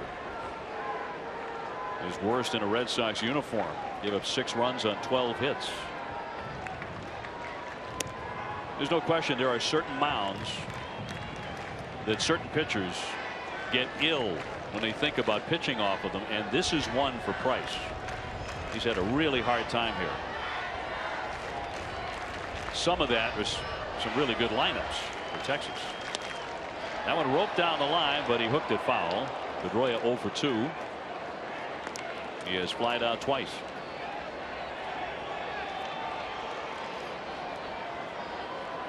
The long wait, you know, when you have a start like David Price, you can't wait for your next start to come up. That's the only thing about starting pitching. You work every 5th day, but boy, those after the tough outing, those 4 days in between are very difficult. His ERA at 4.68 at the moment. Lined, but foul. Getting a little bit closer. 2 good swings by Pedroia, but nothing to show for it yet. And Mookie Betts back to first base. Red Sox are down here 3-0 in the 5th. The winner of this one takes the series.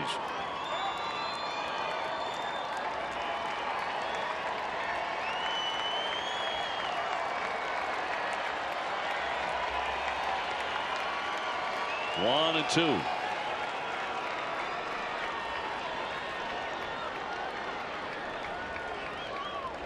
Two men out.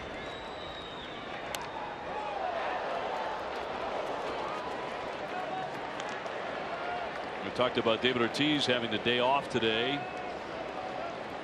Xander Bogaerts might be getting close to needing a day as well. I got a feeling that's probably coming up in the Tampa series, maybe tomorrow. Right. 0 for 2 in this one. 1 for 10 in the series. He has been playing a ton. Obviously having a terrific season.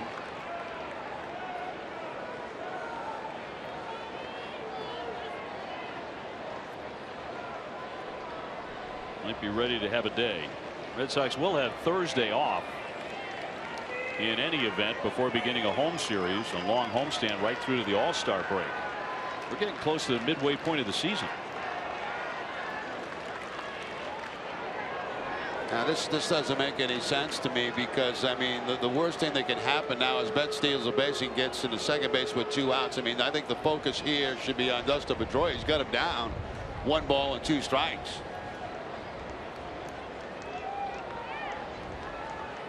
Pedroia hitting .322 the last 30 games, and he's hit safely in 24 of them. No hits today yet. He hangs in again.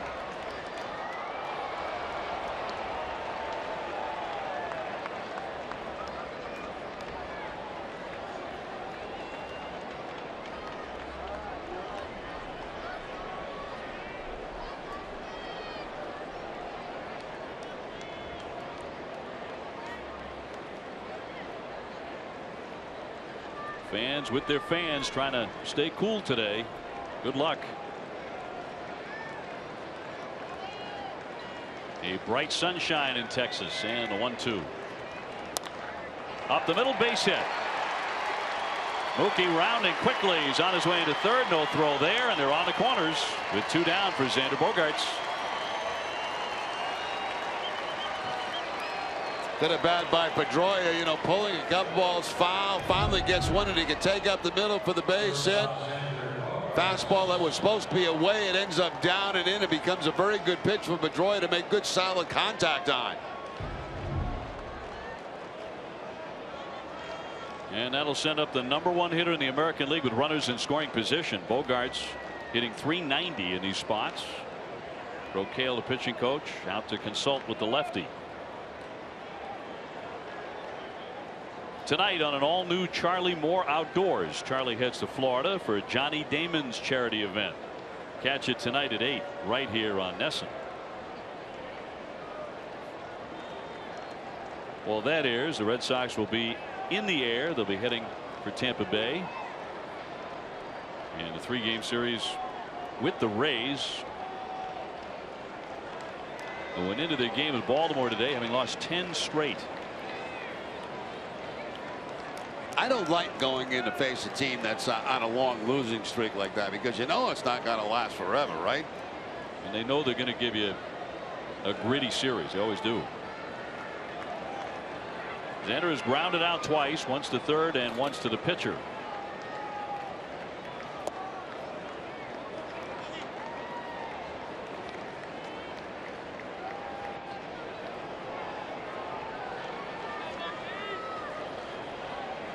Looking for his first hit today and to drive in his 51st run.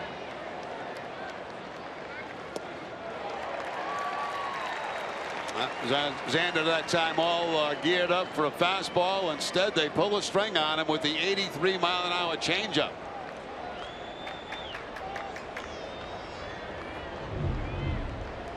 Ahead in the count, so he figures he's going to get the fastball. Instead, he gets the changeup and fooled on it. The 1-1. He lets it go and threw there for a strike at 82 miles an hour. Yeah, doubled up on the changeup, almost the exact same place, this time a little bit farther away from Bogarts. Will he go trips? Will he go 3 in a row? Betts and Pedroia on the corners. Andy Ramirez on deck. 3-0 Texas in the 5th. Red Sox trying to break through against the southpaw from Venezuela. They want to go fastball. Or do they? He steps off. He does love his changeup. Fastball away. The 1-2. High pop up into right field, and Chu is right there. So the Red Sox get a couple of hits, cannot bring anybody in. We're at the midway point. 3-0 Texas. As we go live to our studio at TC and Jim Rice for the mid-5th studio show presented by GMC.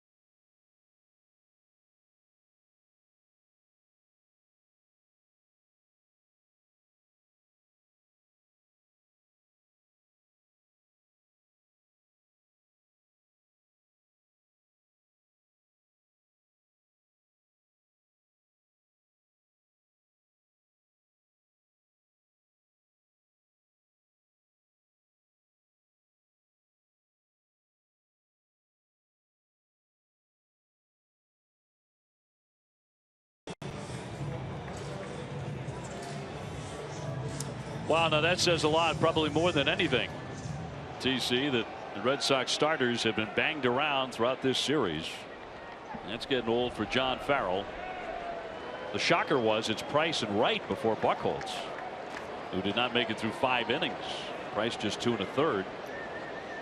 Shin-Soo Choo has singled and grounded out to second. Looking to bunt and takes a strike instead. Shaw is over on the right side of second base. Bogarts is by himself on the left side in the shift. Ian Desmond on deck, and then Nomar Mazara. And slapped into that shift, but threw for a base hit. So he beat it somehow, despite having all those men on that side. Well, you know what happens, Dave, is because of the shift and because the fielders are so close together, neither guy wants to dive for the ball because you're going to dive into each other. If you look at the location of where they're playing, where the ball's hit, you know, somebody may have been able to dive for that. Maybe Travis Shaw. But because they're so close, it's like taken out of your mind. And that just allows them to defeat the shift right there for the base hit. So, but you know, Shaw looked to me like he wanted to dive for that ball, but because Dustin was so close to him, he decided not to. Ends up being a base hit.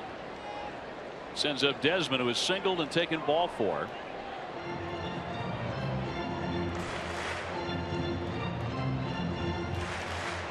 Desmond had 3 hits in game 1. And then yesterday in a 10-3 victory, he belted a home run and singled. He's been a handful in the series.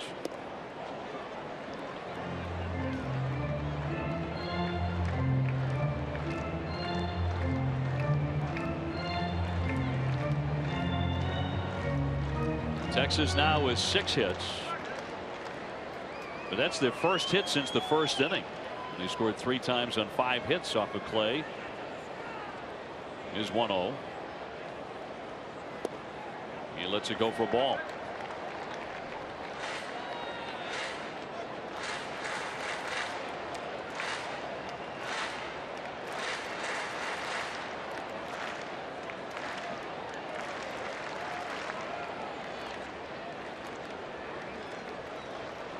Chu runs decently well. He gets his lead at first.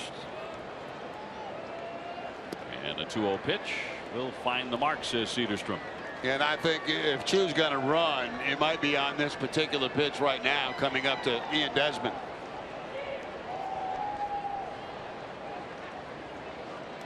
Desmond has hit 13 home runs. He has always had very good power. Throw over and a little closer this time, but he dives in. Chu is safe. That's kind of a delayed move by Chu getting back to the bag there. It didn't exactly explode in that dive back to first base.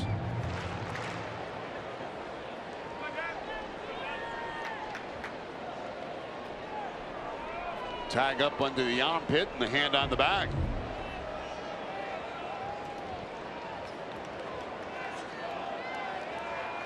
And the 2-1 fastball is inside. Baltimore has won again. 12-5 today. So they sweep out Tampa Bay. They swept a doubleheader from them in that series, and they have now won 5 straight. And if the Red Sox lose here today, they're going to be 4 games back. And that will match a season high for the Red Sox. Here's the 3-1. In for a strike. I think Chu will go on this 3-2 count right now, but Desmond does strike out a lot, 72 times so far this season, but I still think they'll send the runner on the 3-2 count. Nobody out.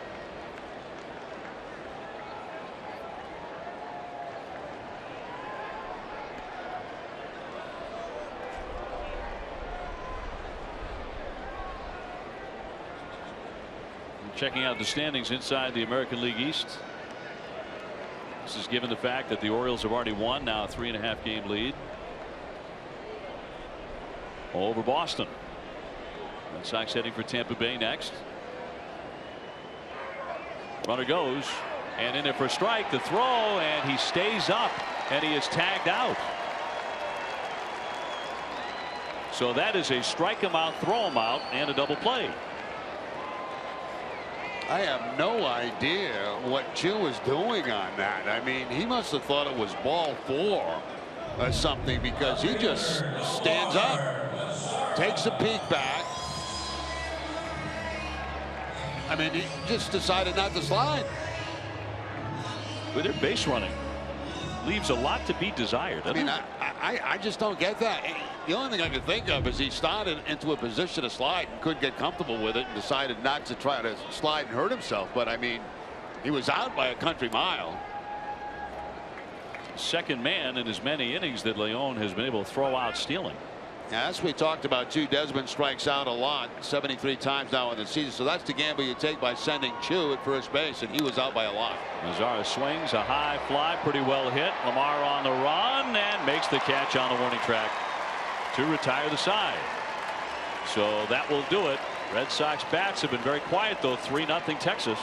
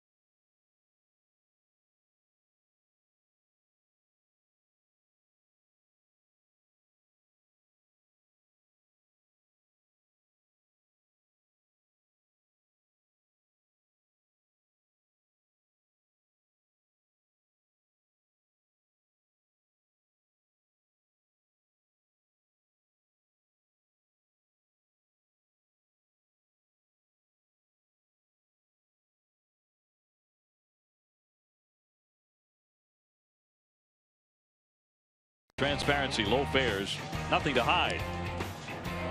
On a scorcher of a day here in Arlington, Texas, the Red Sox bats have been very chilly. Let's go down to Garrett Austin.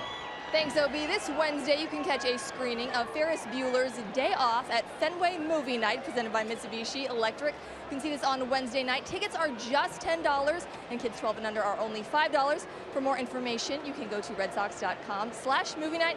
Guys, one of my all-time favorite movies. It's everybody's favorite. You're right about that. How you doing with the heat down there? You know what? I hate to admit it. I enjoy it. I love the heat. It's nothing. It's great. I love it. Nothing for you. It's nothing. Just foul it off and move on. I'm not wearing a winter coat. Life is good. Life is good. Andy Ramirez will lead things off with a walk and a single. Red Sox trying to get going here against Perez, who has scattered 5 hits. Red Sox finally put 2 hits together in the 5th inning, but then Xander Bogaerts flied out to end it.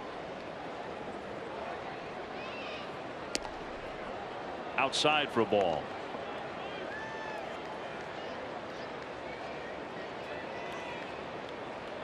Hanley, an over 400 hitter in this ballpark as Tollison gets going. In their bullpen. Pitch count starting to rise for Perez. Off the end of the bat and flared into right field to Chu. And Hanley makes it out for the first time today. 1 gone. Jackie Bradley will be next. If the Sox cannot rally and they fall here today, they're going to be 9-14 in the month of June. After going 14-10 in April and 18-10 in May. So much of that about starting pitching. That'll be across for a called strike. Jackie's 0 for 2, but he did reach into fielder's choice and stole a base.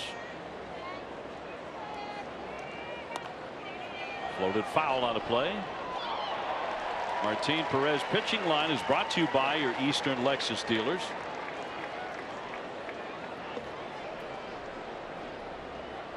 He has walked a couple of men. That's been a big issue for him.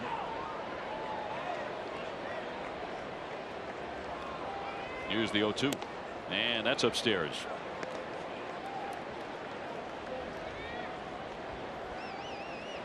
Jackie Bradley last night with a double. That gave him 76 hits. That's a new career high. He has established many career highs to this point in the season this year. He got jammed big time there. Up with it, Moreland will take it himself for the second out. 2 down. I tell you, you got to give Perez some credit. I mean, he doesn't have eye-popping stuff, but his stuff has been very effective against the Red Sox. I mean, he's moving the ball around different locations for the most part, keeping the ball down, and now not allowing the Red Sox to string anything together. Very tough against lefties. They were hitting just 161 off him coming in. Brent's a right-hand batter. He has one of the hits. Mookie Betts has 2. Pedroia has 1.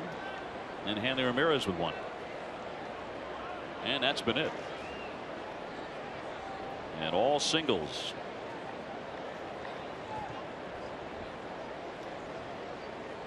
The 1-0 pitch. And a high fly ball, well hit. That's deep to left. Mazzara turning around, and she is gone, and the Red Sox are on the board. Bryce Brent with a home run. That is his first major league home run. It comes here in Arlington, Texas, and makes it 3-1. Now that looked like a changeup to me. We'll have to see on replay, but I thought it was a changeup that stayed at the bottom of the strike zone that Brent slips out of the ballpark. We'll take another look at the home run. First major league home run. Oh yeah, off speed. And look at the location, right down the middle of the plate. When you make mistakes like that, they should be hit a long way. Several rows there into the bleachers. Fouled away by Travis Shaw, who's gone 0 for 2. Speedway proud to be New England's first choice for value and convenience, and for every Sox home run this season, Speedway donates $500 to Boston Children's Hospital. All summer long, you can get any size fountain or frozen drink for just 69 cents.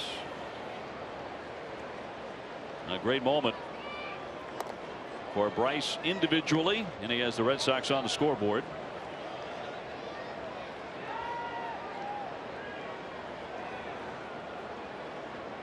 Shaw looking for his first hit today. There are 2 down. 3-1 Texas.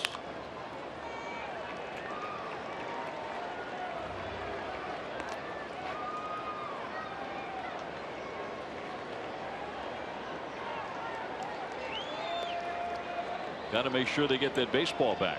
Yeah, that's the job, to make sure they get that first home run back for Bryce Brent. So somebody will be sent out there.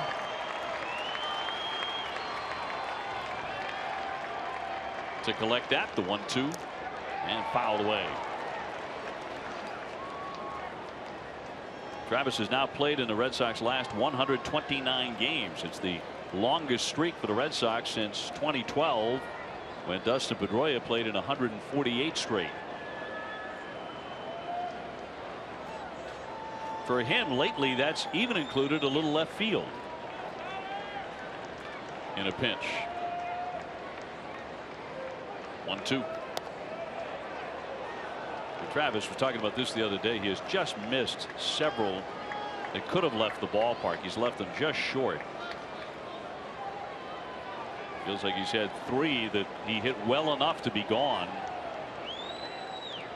but did not get out of the ballpark. High fly into left center field. That one back there, but playable. There's Desmond to run it down and retire the side. The Red Sox do score. Bryce Brent with his first major league home run, and he really crushed it. Middle of the 6th, Texas on top, 3-1.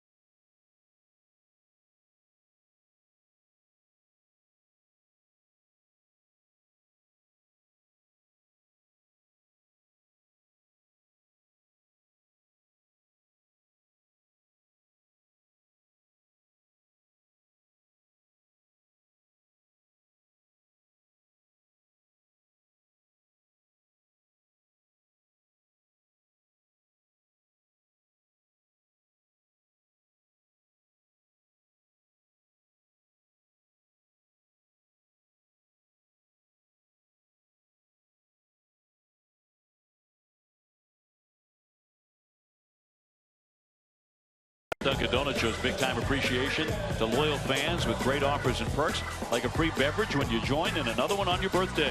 Enroll today at ddperks.com or on the Dunkin' Donuts mobile app. The Red Sox run on Dunkin'. Finally a run for Boston. First extra base hit of the ball game, and it's a home run from 27-year-old Bryce Brent of Crossville, Tennessee. So we'll see if the Red Sox can keep that rolling. Meanwhile, Clay Buchholz, after a bad first inning, has not allowed a run since. It's not the first time we've seen this kind of performance out of Clay. Can't erase that first inning. But he has been so much better since then. In fact, he's allowed only one hit since the first.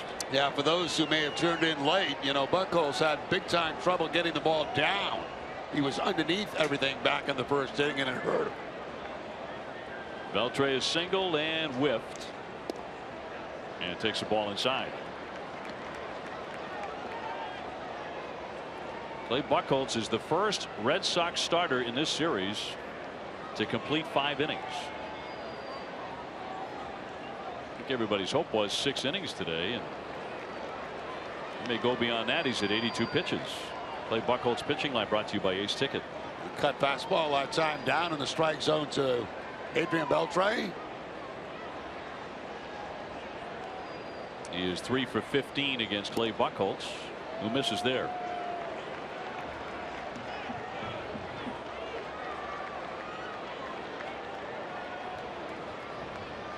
Beltre is a member of the Red Sox. In 2010 drove in 102 runs, hit 28 homers, played terrific defense, and then he was gone after 1 year. 3-1 coming, and that'll be in there for a strike. It was always a puzzle to me why the Red Sox did not make a stronger effort to sign him. Now they had third base locked up for a long time with Adrian Beltre. And he went away, and all he's done is continue to be a great player. Here's the 3-2 pitch. Foul back. He takes a big swing. Likes to do that too. Yeah, after he fouls the ball off, he loses control of the bat, and he likes to catch it. We saw a lot with the Red Sox, and it's one of his things.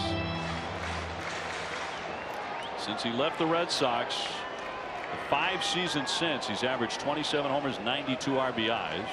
He's won 2 Gold Gloves. Been huge here in Texas. Here's the 3-2. He lunged at that one, a worm killer. Bogarts with a high throw and safe. Cooper said that Hanley came off the bag as he leaped up for it. You know, the defense for Xander in this series has been a little bit shaky, and now I couldn't agree with you more, Dave. We talked about it earlier that he's probably going to get a day off soon, and I think the time has come. I think Xander's a little bit tired, and that's a good example right there. A little bit lazy on the throw. Throws rises, pulls Hanley off the bag, and instead of having the first out of the inning, you got a man at first base. The old guy ran hard all the way through. He sure did. 37-year-old Beltre. Kind of hope some of the younger Texas Rangers are paying attention there. Here's Fielder.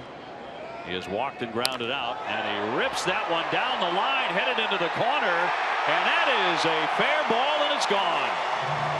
Boy, that was a laser out of here for a 2-run shot. That was out of here in a blink of an eye by Fielder, his 7th home run.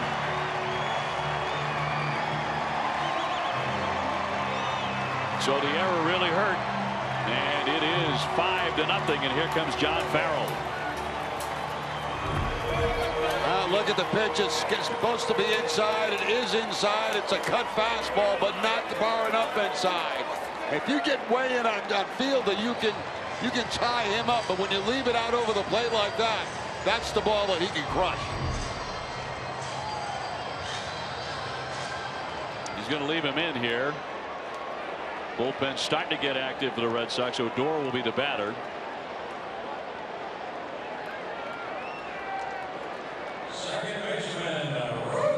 So the error comes back to hurt the Sox.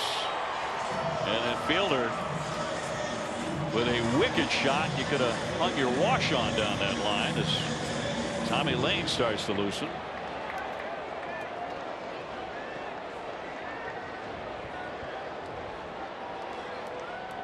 5-1 the score. And the breaking ball is inside.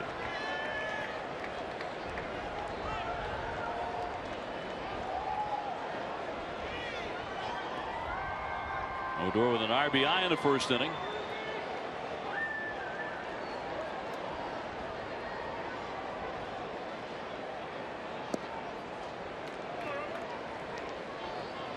Two and 0 to count. So Texas opens it up to 5-1.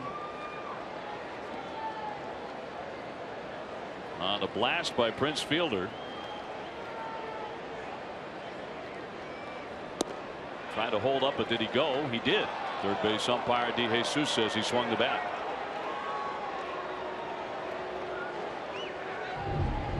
Take a look from the side. Did he go or did he not go? He did go. No question about that one.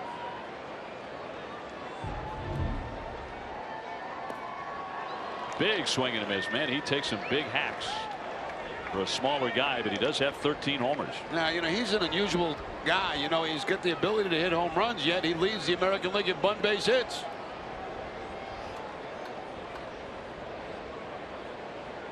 Two balls, two strikes on Odor. Pedroia flags that one down in shallow right, and he'll get him. Time now for a game break, brought to you by Jordan's the Furniture Store, the Boston Red Sox, and here's TC.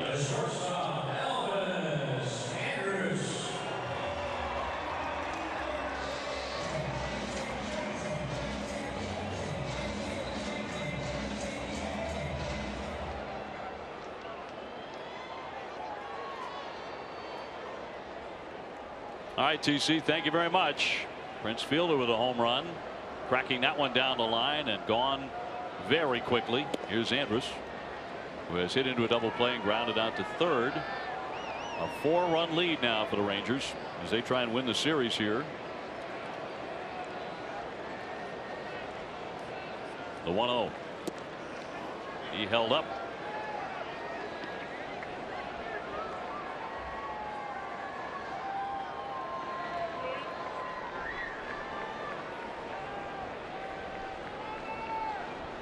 Andrus 5 for 16 lifetime against Clay Buchholz, who deals the 2-0.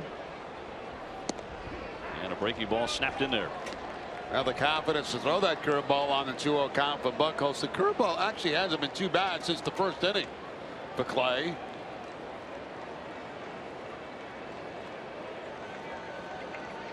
Bases empty and one out.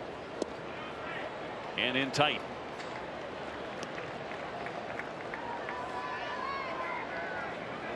Matt Bush, who melted down in game 1 in the 9th inning, loosening in the pen.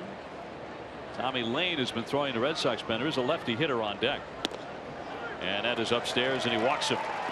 And here comes John Farrell. So he will want Lane for Moreland. And the day is done for Clay Buchholz. He pitches into the 6th inning. You wouldn't have bet on that probably the way the game started for him. But he is behind 5-1 as he gives up the baseball. And it'll be Lane's turn from this point forward. And here comes Tommy Lane, 5-1 Texas, and we'll have more in just a moment.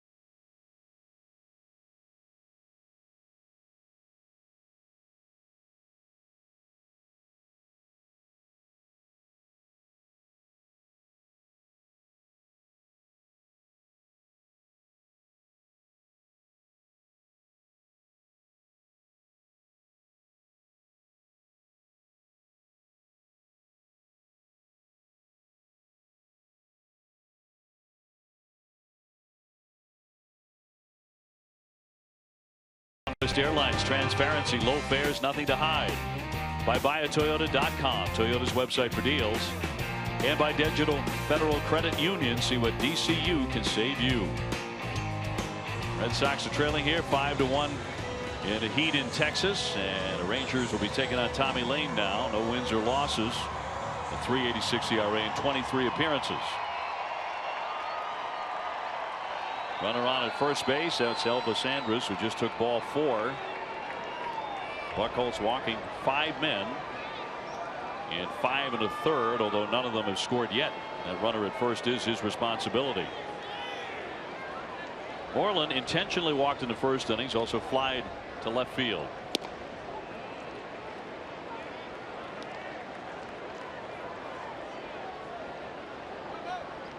So 5 runs and 7 hits charged to Clay Buchholz, and 3 of those runs in the first inning. Then he was very effective in the 6th inning here. Xander Bogaerts committed an error. Little topper, Pedroia there.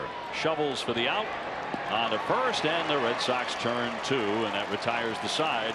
The 2-run score on the bullet by Prince Fielder. That opens up the lead to 5-1 Texas.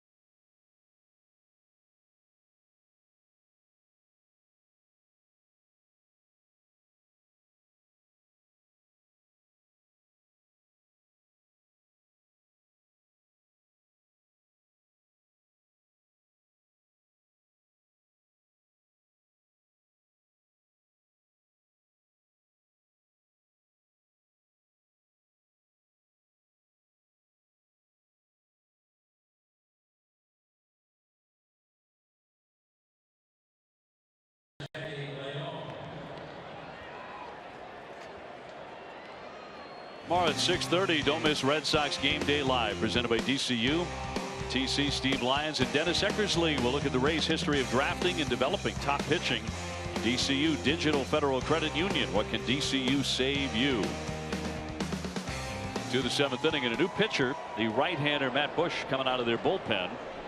On in relief of Perez, who went the first 6. He allowed 6 hits and 1 run. The home run to Brent's the only run against him. Sandy Leon will start things off here in the 7th. Then Lamar and Betts. And that'll be in there for strike 1 on Sandy.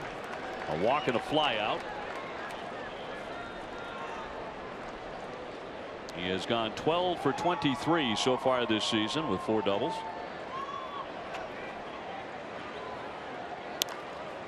Little pop up looped off third base. Beltre giving chase, but it's off into the stands. Beltre going after that souvenir.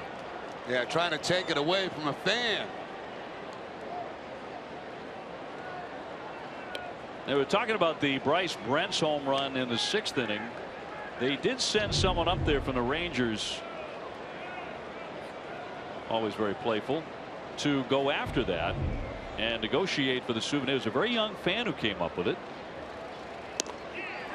And that is in there for strike 3, and Sandy will take a seat.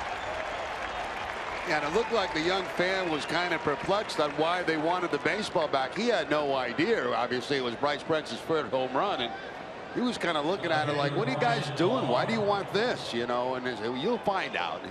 I'm sure he got a nice trade-off for the baseball. Yeah. Sure, it had something to do with David Ortiz. Well, everybody wants something from David Ortiz, right? I don't know how he does it. I really don't. I mean, demands on his time this season are just off the charts. He's talked about that, and he has spoken candidly about regretting announcing his retirement because of that. Not because he doesn't want to deal with fans, but because there's just so much going on, so many requests for his time. Yeah, and for those out there who think that here's the little kid we were talking about that's got the baseball. He's trying, you know, his father's probably trying to explain it to him. He doesn't want to give it up. Like, well, why do you want my base? Okay, I guess. So finally, he was escorted out to begin, I guess, a private negotiation. We're finally giving up the baseball for Bryce Brent. First big league homer. That one fouled back here by Lamar. Red Sox are down 5-1. We were talking with Ortiz this morning. He actually drove to the ballpark with us, and he does, you know, he may regret announcing it, but he hasn't changed his mind by any means, because, you know, he's really hurting. His Achilles, his heels, really very painful, and that's why he's retiring. Scooped up by Beltre and on target to get him. And we talked about it a little bit earlier. I don't think people have any idea what he goes through every day just to get ready to play, and frankly what he did during the offseason to get ready for this final season. Talked about the length of the season, how demanding it is, how bad the travel is now in the game of baseball. You know, with not the conditions you travel in, obviously those are great, but you know where you have to go, the times you have to arrive, and it just makes it very, very difficult to maintain that. And I think the combination of those things are obviously led to his decision. Also, the fact that you spilled coffee on his pants, his bright white pants that he was wearing, looked very slick this morning coming to the ballpark. Pants. Linen, Jerry. Huh? I mean, they're linen. They're probably very expensive. But you can bet that they're cleaned up. Clubhouse attendants taking care of that. Comebacker and snagged by Bush, and he'll get him. I felt about 3 inches tall. But you're right, they're great down there. Sorry, David. I'm sorry again.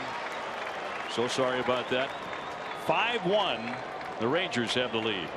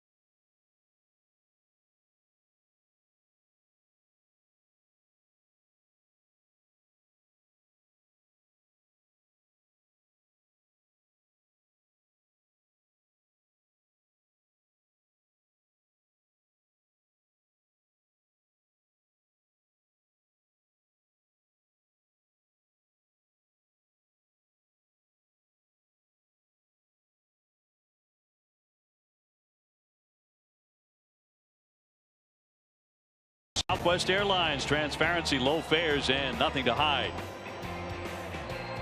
Red Sox down here in Texas 5-1. Hits are pretty close, but a big home run in the 6th inning by Prince Fielder opened it up.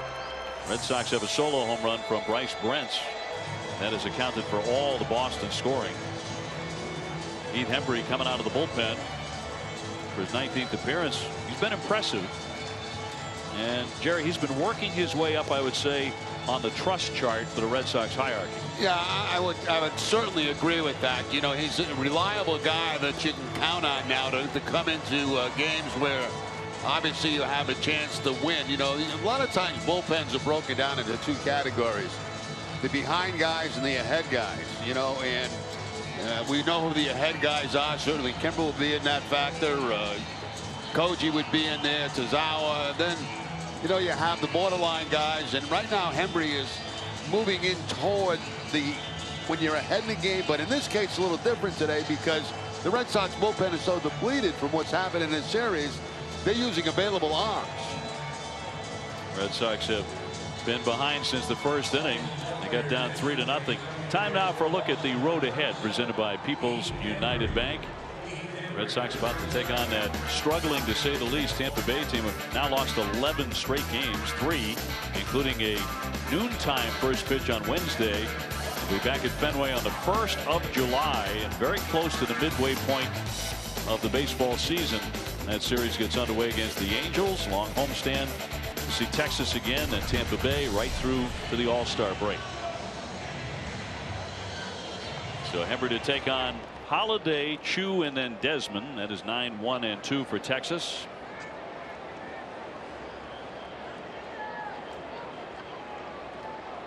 Series even at 1 game apiece. One floated foul back out of play by Holiday, who has flied out. He's also walked.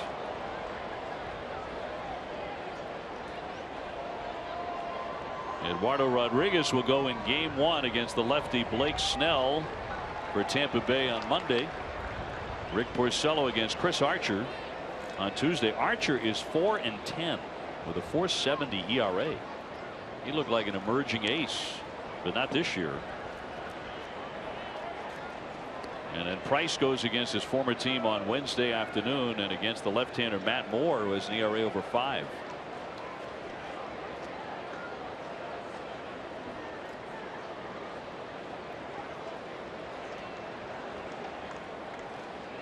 Hembree with the 0-2 pitch to Holiday, the catcher. Sharply foul.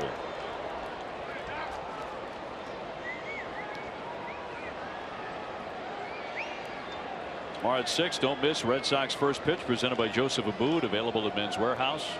TC Steve Lyons and Dennis Eckersley will break it down. Erod's mechanical adjustments,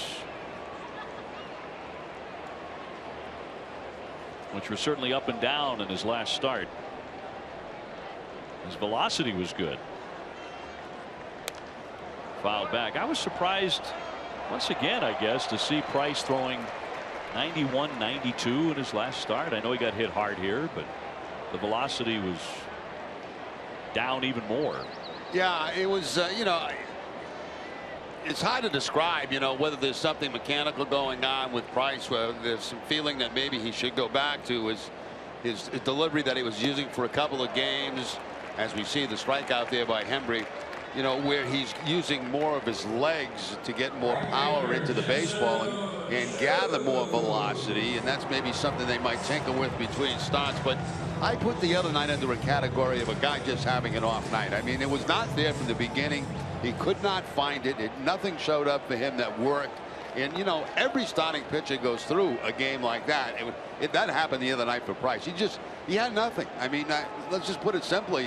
He just didn't have anything, couldn't find anything in that game. Down low ball on Chu. That's exactly what he said. He said it's not about mechanics. I was just bad. Had a bad night. Missed the spot over and over. Everything was high. And this team will hit you if you do that.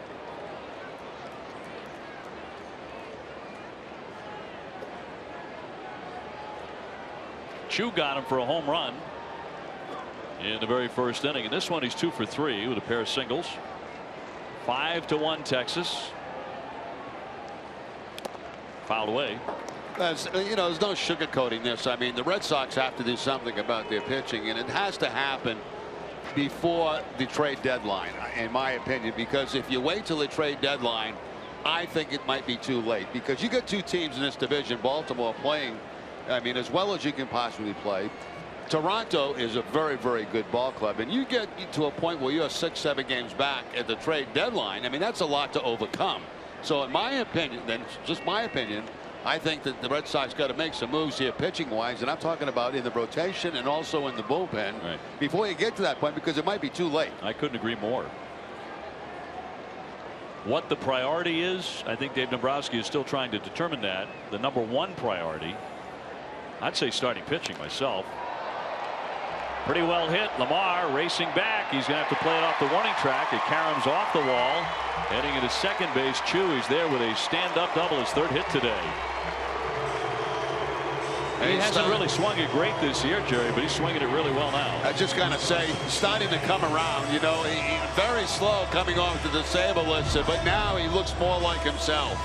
Taking that breaking ball, that's down. He likes to pitch down, and he slices it away from Ryan Lamar out there in left field. It's deep over his head and slicing away from him for the double. He has 6 hits in this series. And he is in the scoring position with 1 down for Desmond, who's driven in 49 runs this year. This is one of those offenses the Rangers have where a workable margin can get away in a hurry. Look at his average, 323. He has singled, walked, and struck out today. He takes ball 1. You know, one of the problems you talk about when teams know that you're desperate for a pitcher is, what do they ask for? Well, obviously on the Red Sox, they're going to ask for guys like Bogarts, Bradley, and Betts. And that's not going to happen. I mean, you can't make deals involving those guys. Those guys are the future of your organization. That'll trickle by Leon and down to third base safely. Chew. So with 1 out, Desmond can make it out and bring in another run. Also a determining factor in what you give up is, you know, do you really believe that you have a ball club here that's built to win a world championship? And I do feel that way, but it's got to improve pitching wise. I think offensively they've got that capability. I think defensively they also have that capability. But, you know, pitching wise right now, let's face it, it's struggling. Infield in and knocked foul out of play. That's why Clay Buchholz is going to get another start. Oh, I think so. I mean, I think he has to. What are the other options? Where do you go? Do you go to the minor leagues? There's nobody down there lighting up. And I just think they've got to stay with him. And you know, we'll see how it goes. But, you know, it's tough when you're in a position where everybody knows what you need. Everybody knows what you need. So what are they asking for? They're asking for your very best. 2-1 and a foul ball. And the price tends to be higher when it's way away from that trade deadline. Yeah.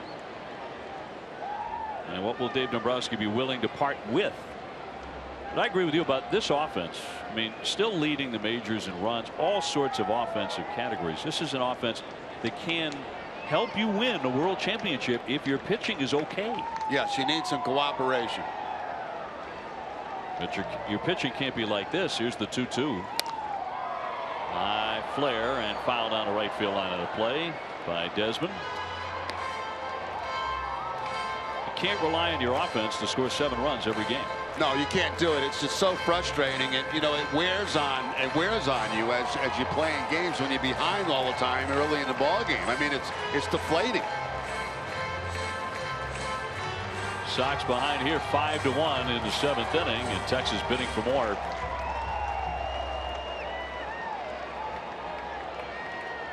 We've commented on it several times here in recent weeks. The other thing that I'm sure Dave Dombrowski is working on right now is building a better bench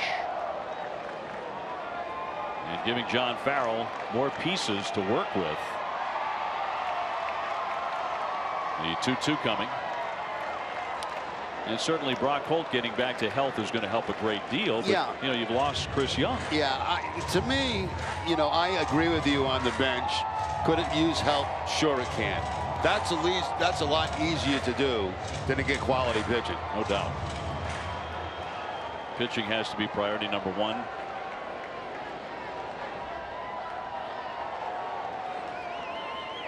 Buchholz today went 5 1/3, giving up 5 runs and 4 earned.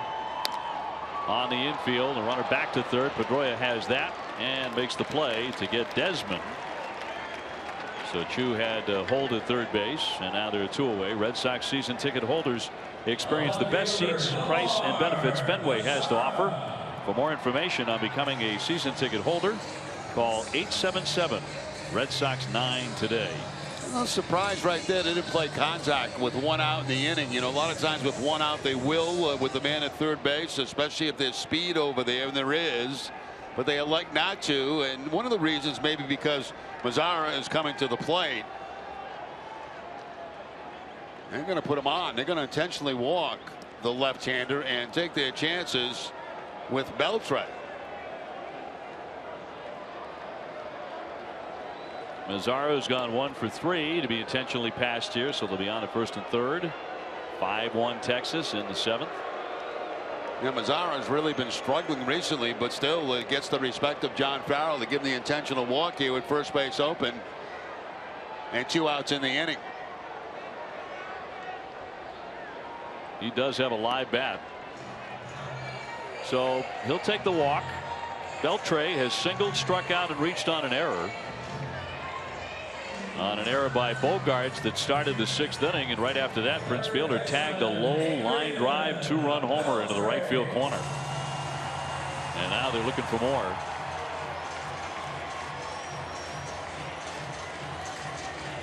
Beltre's had a solid year so far with the 10 home runs, hitting .278, 45 runs batted in.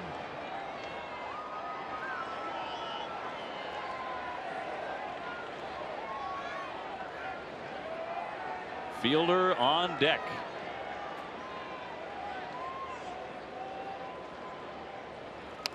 Two out, and that one is knocked foul for a strike. They had very big crowds the first 2 games of this series. Smaller crowd here today in the heat.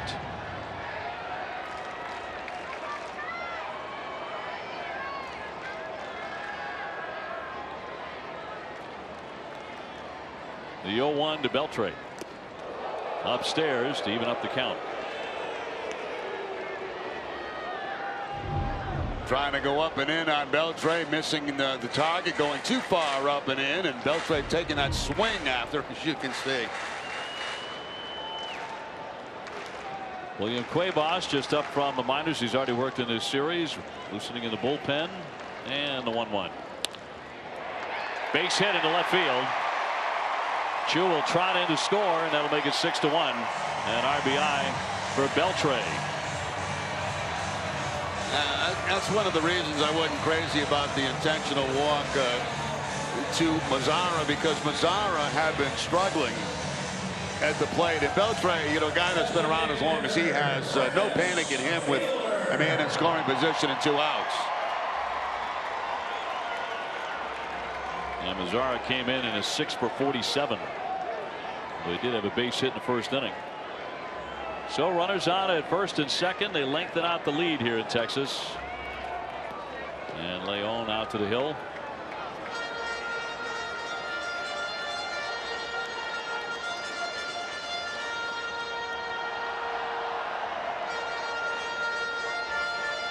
Prince Fielder with a walk, a ground out, and a 2-run homer. A blistering shot to right. Odd to see him with only 7 home runs. Been a cold season for him, hitting .212. But lately looking more like Prince Fielder. He's hit in 8 consecutive games.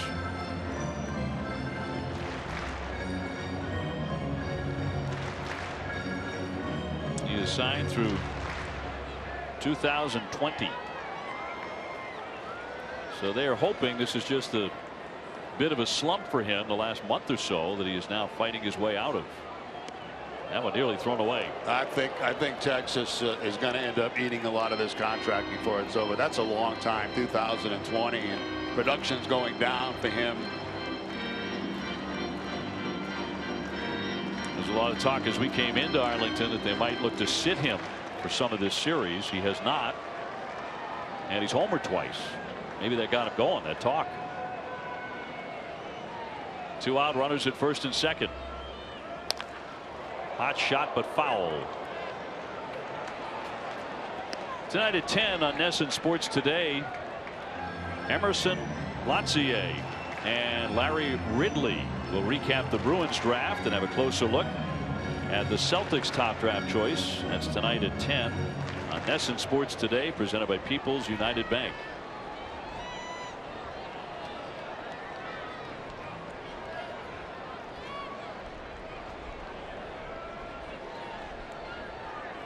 One and two on Fielder, and here comes Leon again.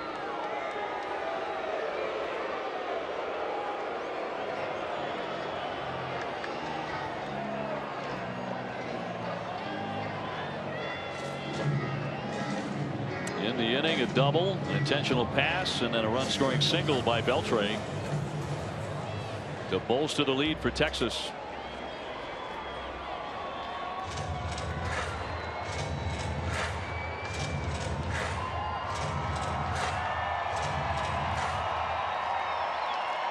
Mazara at second, Beltre at first.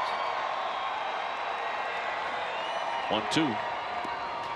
Trying to hold up, and he did, said the third base umpire De Jesus. 2-2.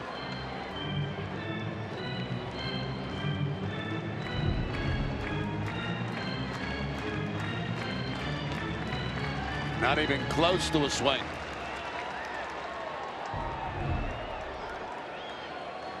Prince Fielder 6 times in his career has been named to the All-Star team. That will not happen this year. 2-2, smack to center field. Bradley racing back, turning now, and he's got it to retire the side, but they grab another run. It's now 6-1 the Rangers after 7.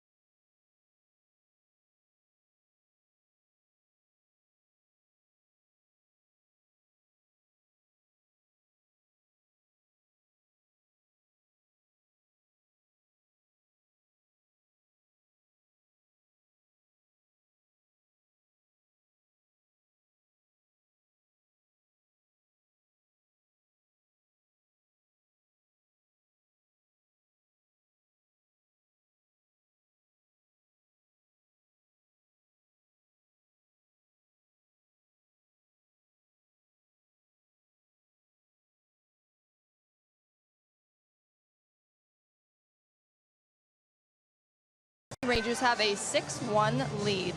Yesterday, NESN teamed up with the Miracle League of Massachusetts, the Newton Tigers, and the Watertown Challenger League for the first annual NESN baseball tournament, giving children with disabilities from over 62 towns in Massachusetts the chance to play baseball as part of a team and enjoy lunch provided by McDonald's. For more information, visit NESN.com/NESNConnect. Guys.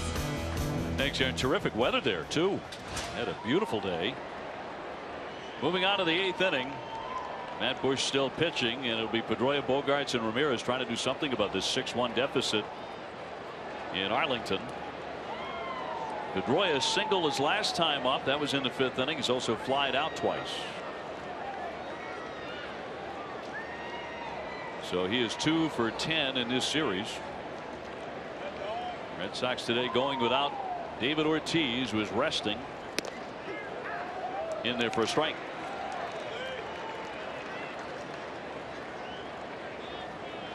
And the Sox have been held to 6 hits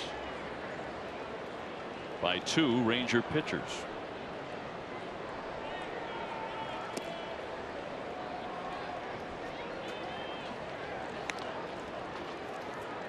Martin Perez started today for the Rangers. He went 6. He allowed 1 run on 6 hits.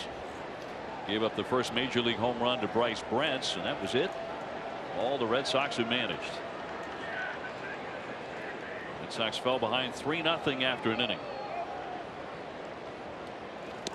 In tight, nearly got him, but he stayed away from it. 96 and a lot of movement on that fastball, moving back in toward Pedroia.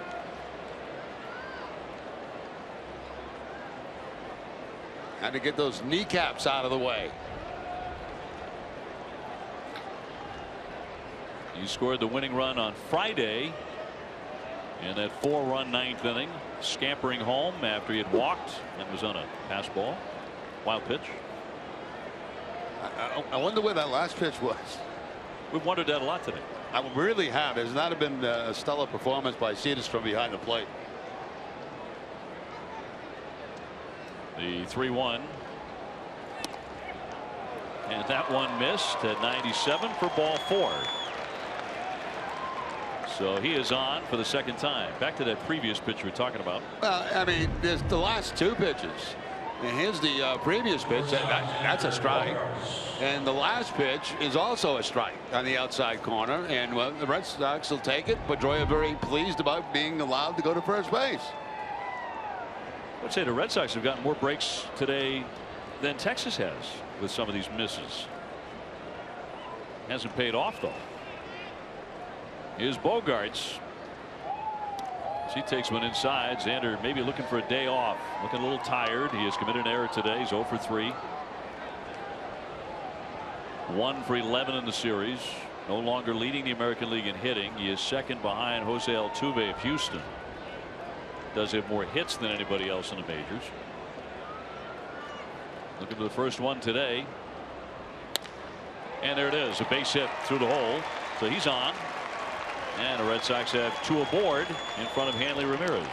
Yeah, gets a slider that time and is able to hook it between third and short for the base hit. So Red Sox got a couple of base runners on here in the 8th inning. They had that comeback in game 1 of the series. We'll see what happens here today.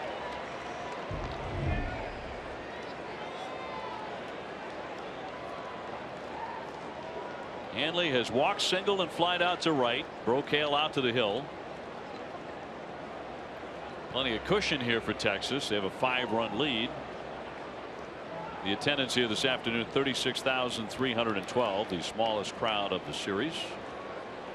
A lot of empty seats, especially up in left field. Top deck, second deck. That's the Sun field here in the afternoon and day games. And nobody buys those tickets when it's this hot out there. No, sir.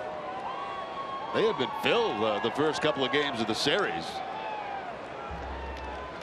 Catch up on all of your Bruins hockey talk on Wednesday following Red Sox coverage. Find out the inside scoop for the 2016 NHL Draft. Bruins Summer Face-Off live Wednesday after Red Sox coverage.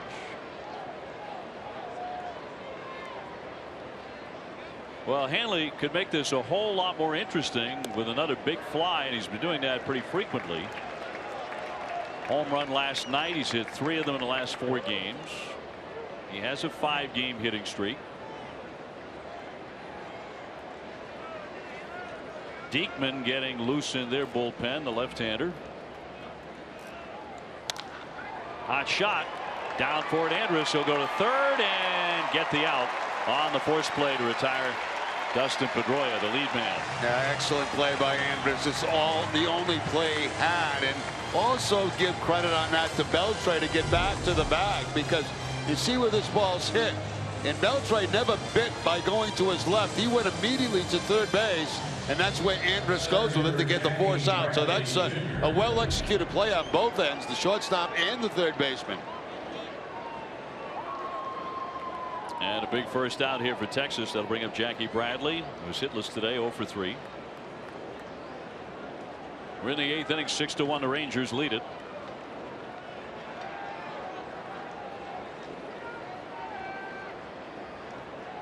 Jackie 3 for 10 in the series with a home run. And looks at strike one.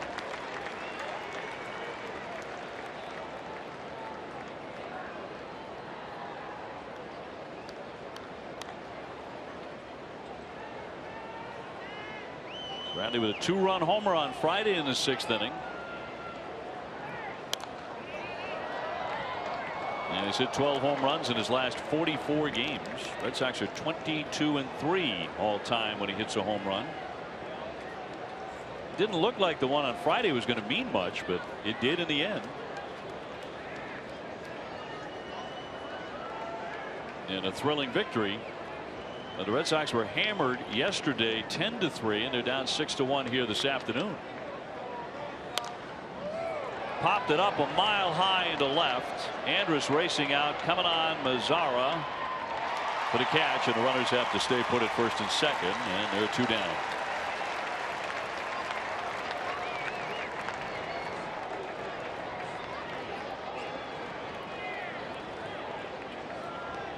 Bryce Brent was coming up to hit in the 6th spot. He did homer in the 6th inning, but now he's coming back. Well, they may be going to Ortiz in this situation. See if he can get him back in the game with one swing of the bat. Here he comes.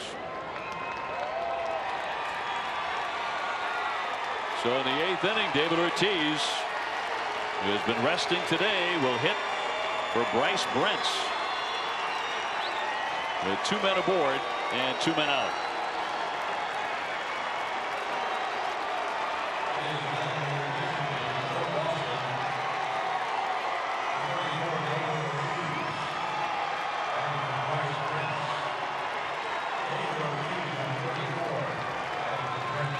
And that's going to bring on a move by the Texas Rangers. They got to go get Diekman, the left-hander, out of the bullpen. So that'll do it for Bush.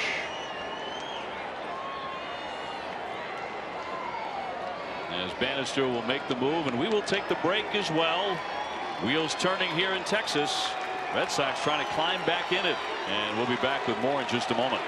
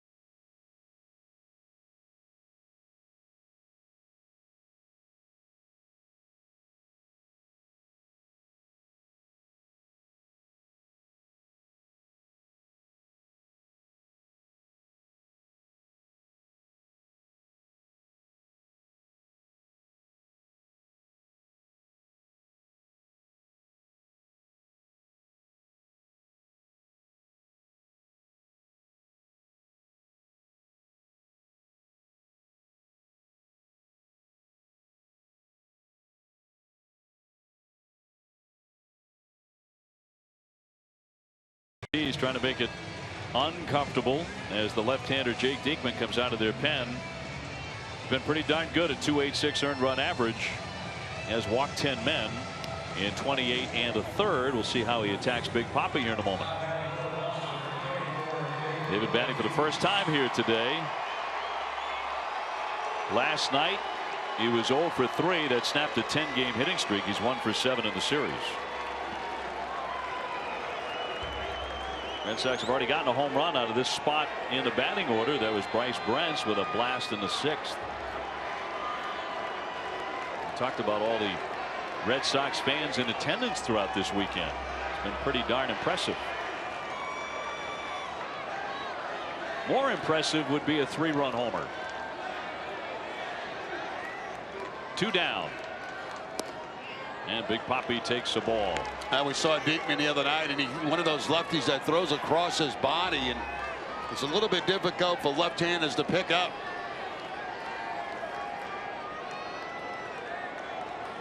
Actually steps a little bit toward first base in his delivery. Hot shot and a base hit into right field. Here comes Bogarts in to score. Ramirez down to second. Ortiz coming off the bench after sitting all day, and he tears into an RBI single. You know, it's interesting because to me, watching Diekman, it looks to me like he's very hard to pick up. But Jackie Bradley Jr., who put a very good at bat on him in that first game, said he saw the ball well. Well, apparently Ortiz did too, because David gets that first pitch and just rifles it right through the shift, right by Moreland at first base to drive in a run. 6-2. And here's Travis Shaw, hitless on the day, 0 for 3. A blast here would make it downright fascinating. Red Sox fans coming to life here after the Ortiz pinch hit RBI single.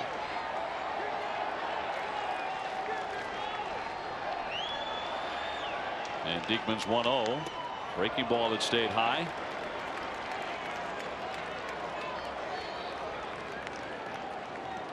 Red Sox have almost caught Texas in hits today. Texas with 9, Sox with 8.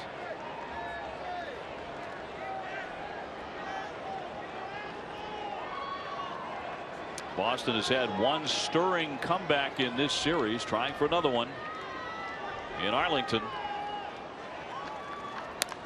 High fly ball into right field, and that one hangs up, and Chu is there to wait on it and make the catch. So the Sox will settle for the 1 run. We're in the middle of the 8th inning. 6-2 Texas.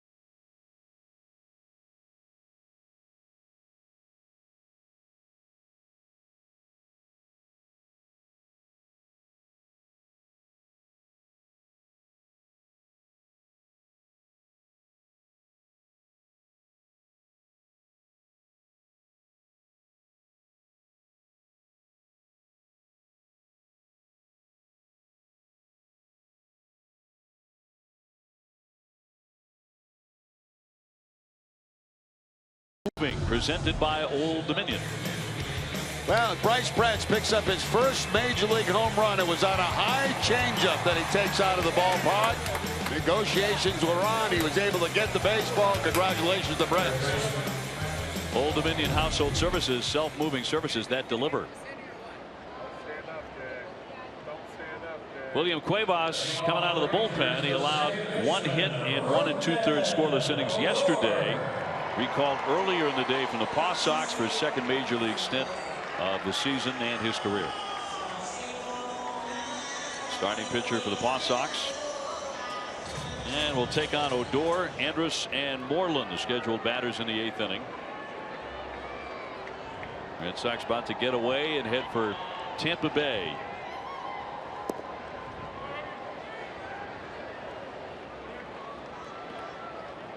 two ways of looking at that upcoming series, as you touched on, Jerry. First of all, Tampa Bay has lost 11 straight, as that one is drilled to left center field for a base hit. Second time that Odor has singled today, and this one begins their 8th inning. And the other way is they are due. Yeah, that's what always concerned me as a player. You know, you looked at who you're playing next and whether they were playing good, bad, or terrible. And in the case of Tampa Bay, it hasn't been good at all. And you just know they're not going to be that bad for that long. Red Sox going to go in there, the eye on making it a 14-game losing streak. Here's Andrus. He's hit into a double play, grounded to third, and taking ball 4. Socked and caught, and now they've got him doubled up and a double play. Odor thought for sure that was headed down the line. It was a rocket. Yeah, that ball's hit so hard that Odor had about 3 steps towards second base, and that was it. Had no chance to get back. There's the secondary lead, a couple of steps on contact, and I mean, there's nothing he can do.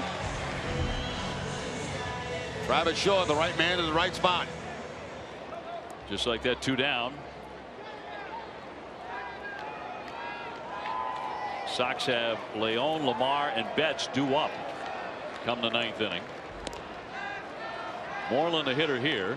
He has been walked intentionally, flied to left, and grounded into a double play.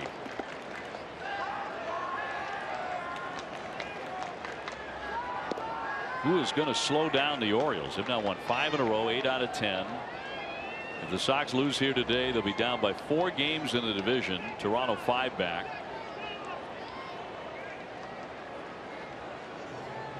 They just beat up on Tampa Bay on their pitching, including sweeping a doubleheader in that series.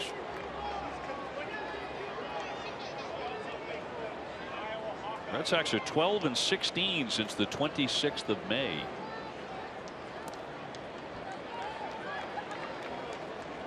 Three balls and 1 strike.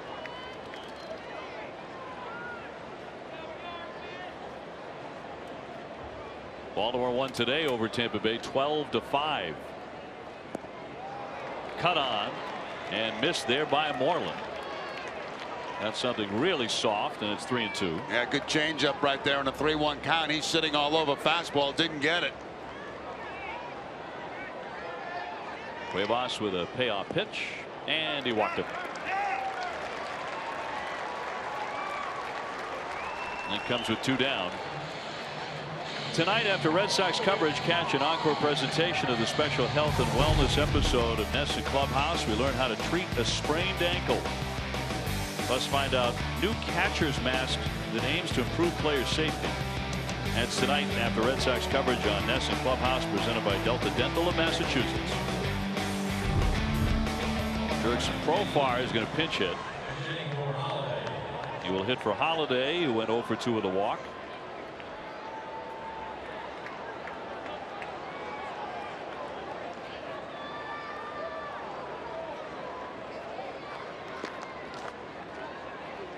Profar does come up there with a 7-game hitting streak, and he's hitting .360 during it. Texas closing in on taking 2 out of 3 here from the Red Sox. And that would be back-to-back series defeats for Boston.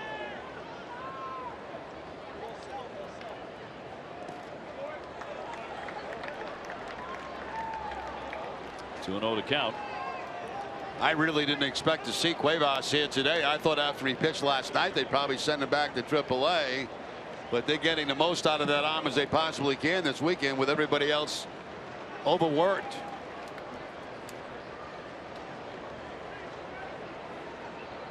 The 2-0 to Profar, and that'll miss.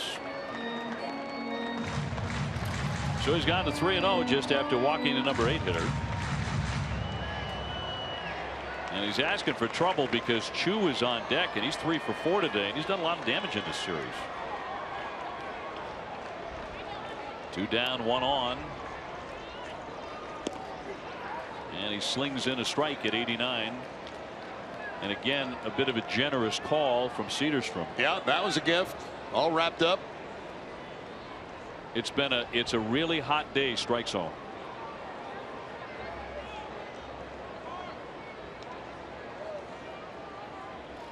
3-1 check swing, and that's a strike.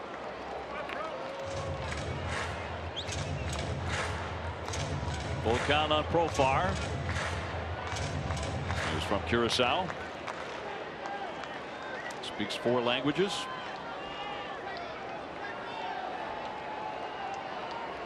And the 3-2. Runner will be on the move at first base. He takes off. High topper, but foul.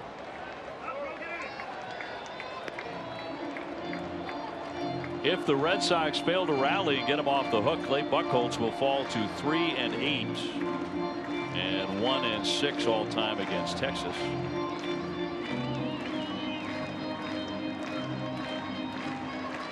Clay had a bad first inning, then settled in, pitched really well until the 6th inning. An error started the 6th inning by Xander Bogaerts, and that fielder just pulverized a 2-run homer down the right field line. Runner takes off again. It's waved at and missed, strike 3. So they do not score in that inning. We move on to the 9th, 6-2 Texas.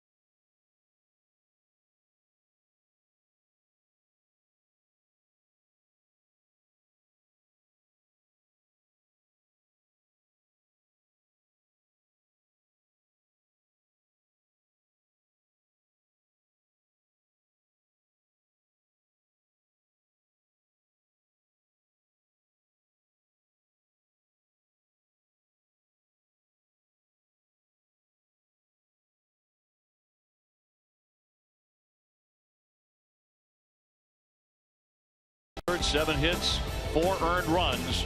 Brent did connect for his first major league home run. Perez got the start. Martin Perez for Texas. He pitched certainly well enough. Just 1 earned run. Beltre 2 for 4 with 2 RBIs against his old team. And we're on to the 9th inning. And the Rangers dip into their bullpen again and will send out Sean Tollison. Whole new battery. Chirinos will take over as the catcher. And Sandy Leon will lead things off. It is 6-2 Texas. They have 10 hits to the Red Sox 8. Leon with a walk, a fly out, and a strikeout. By his standards so far this season, a very, very quiet day.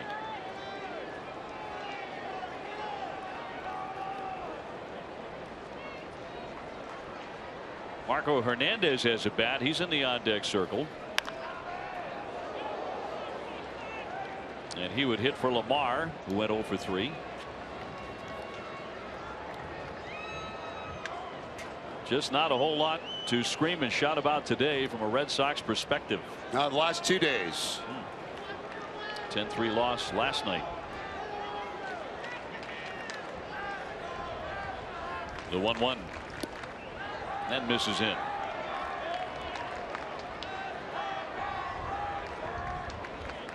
If the Red Sox do indeed fall, they will be 12-17 since May 26. Well, the Orioles have really caught fire. Toronto's played better. It's getting close to decision time on when to pull the trigger for the Red Sox on deals to get better in the pitching department. Very happy young fan there, delighted, making a play.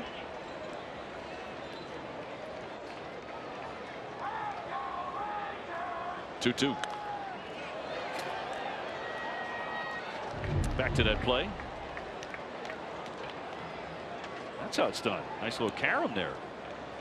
I give him credit for staying with that. I mean, the thing's bouncing all over the place, and he stayed with it. Great concentration, and is able to make the play, and now high fives everywhere. whether you want to or not. The 2-2. He'll miss away. Full count on Sandy Leon.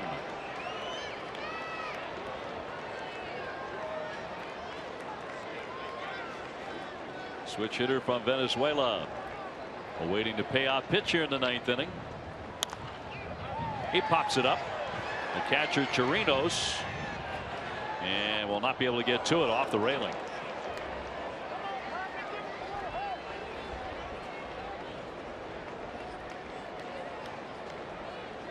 Again, it'll be Eduardo Rodriguez on Monday night. Tomorrow night, 7:10. Inside Tropicana Field against the left-hander Blake Snell, who's 0-2. Red Sox will also have Rick Porcello and David Price pitching in that series. Tampa Bay does not have a starter working in that series with a winning record. 3-2 on the infield. Tap to Odor, and he'll get him. One man gone for the Red Sox here in the 9th.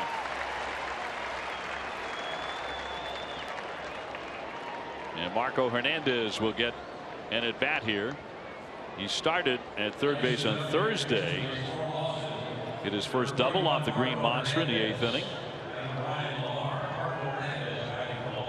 So he'll hit for Lamar.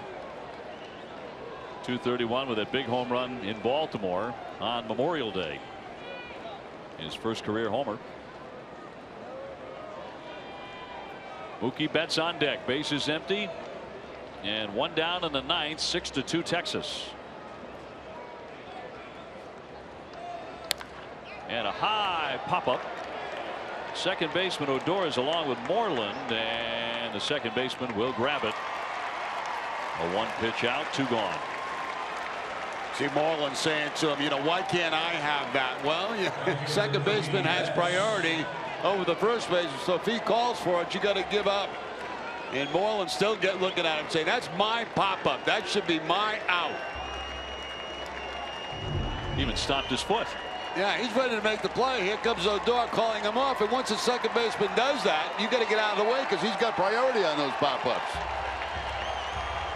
Those are good for fielding percentage. You want those. Yeah, will help you. Here's Mookie Betts. 2 for 4, a couple of singles today. His average keeps on climbing. Now up to 294, making a run at 300. But the Sox are down by 4 runs, and that's a strike, according to Gary Cederstrom.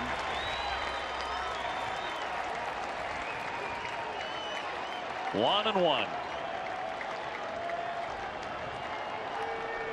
Texas an out away from taking the series, and another strike.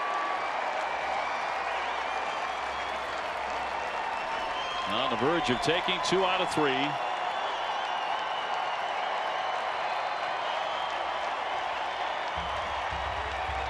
And Tollefson delivers, and he buried it. Dustin Pedroia on deck, hoping for an opportunity to bat here in the 9th. Sox only runs, 1 in the 6th and 1 in the 8th inning. That was on David Ortiz pinch hit RBI single at second run.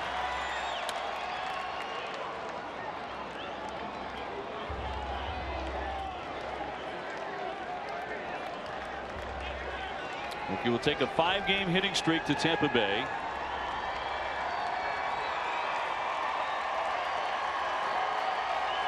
Right now he wants his 3rd hit of the afternoon. The 2-2. He's not going to get it. Hot shot. Tollefson throws him out. That's the ball game. 6-2 the final score. Texas takes the series 2-1, and the Red Sox are on to face the sliding Rays. The TC right now, the Red Sox are really having a tough time in the month of June. They go to Tampa Bay 9-14 this month.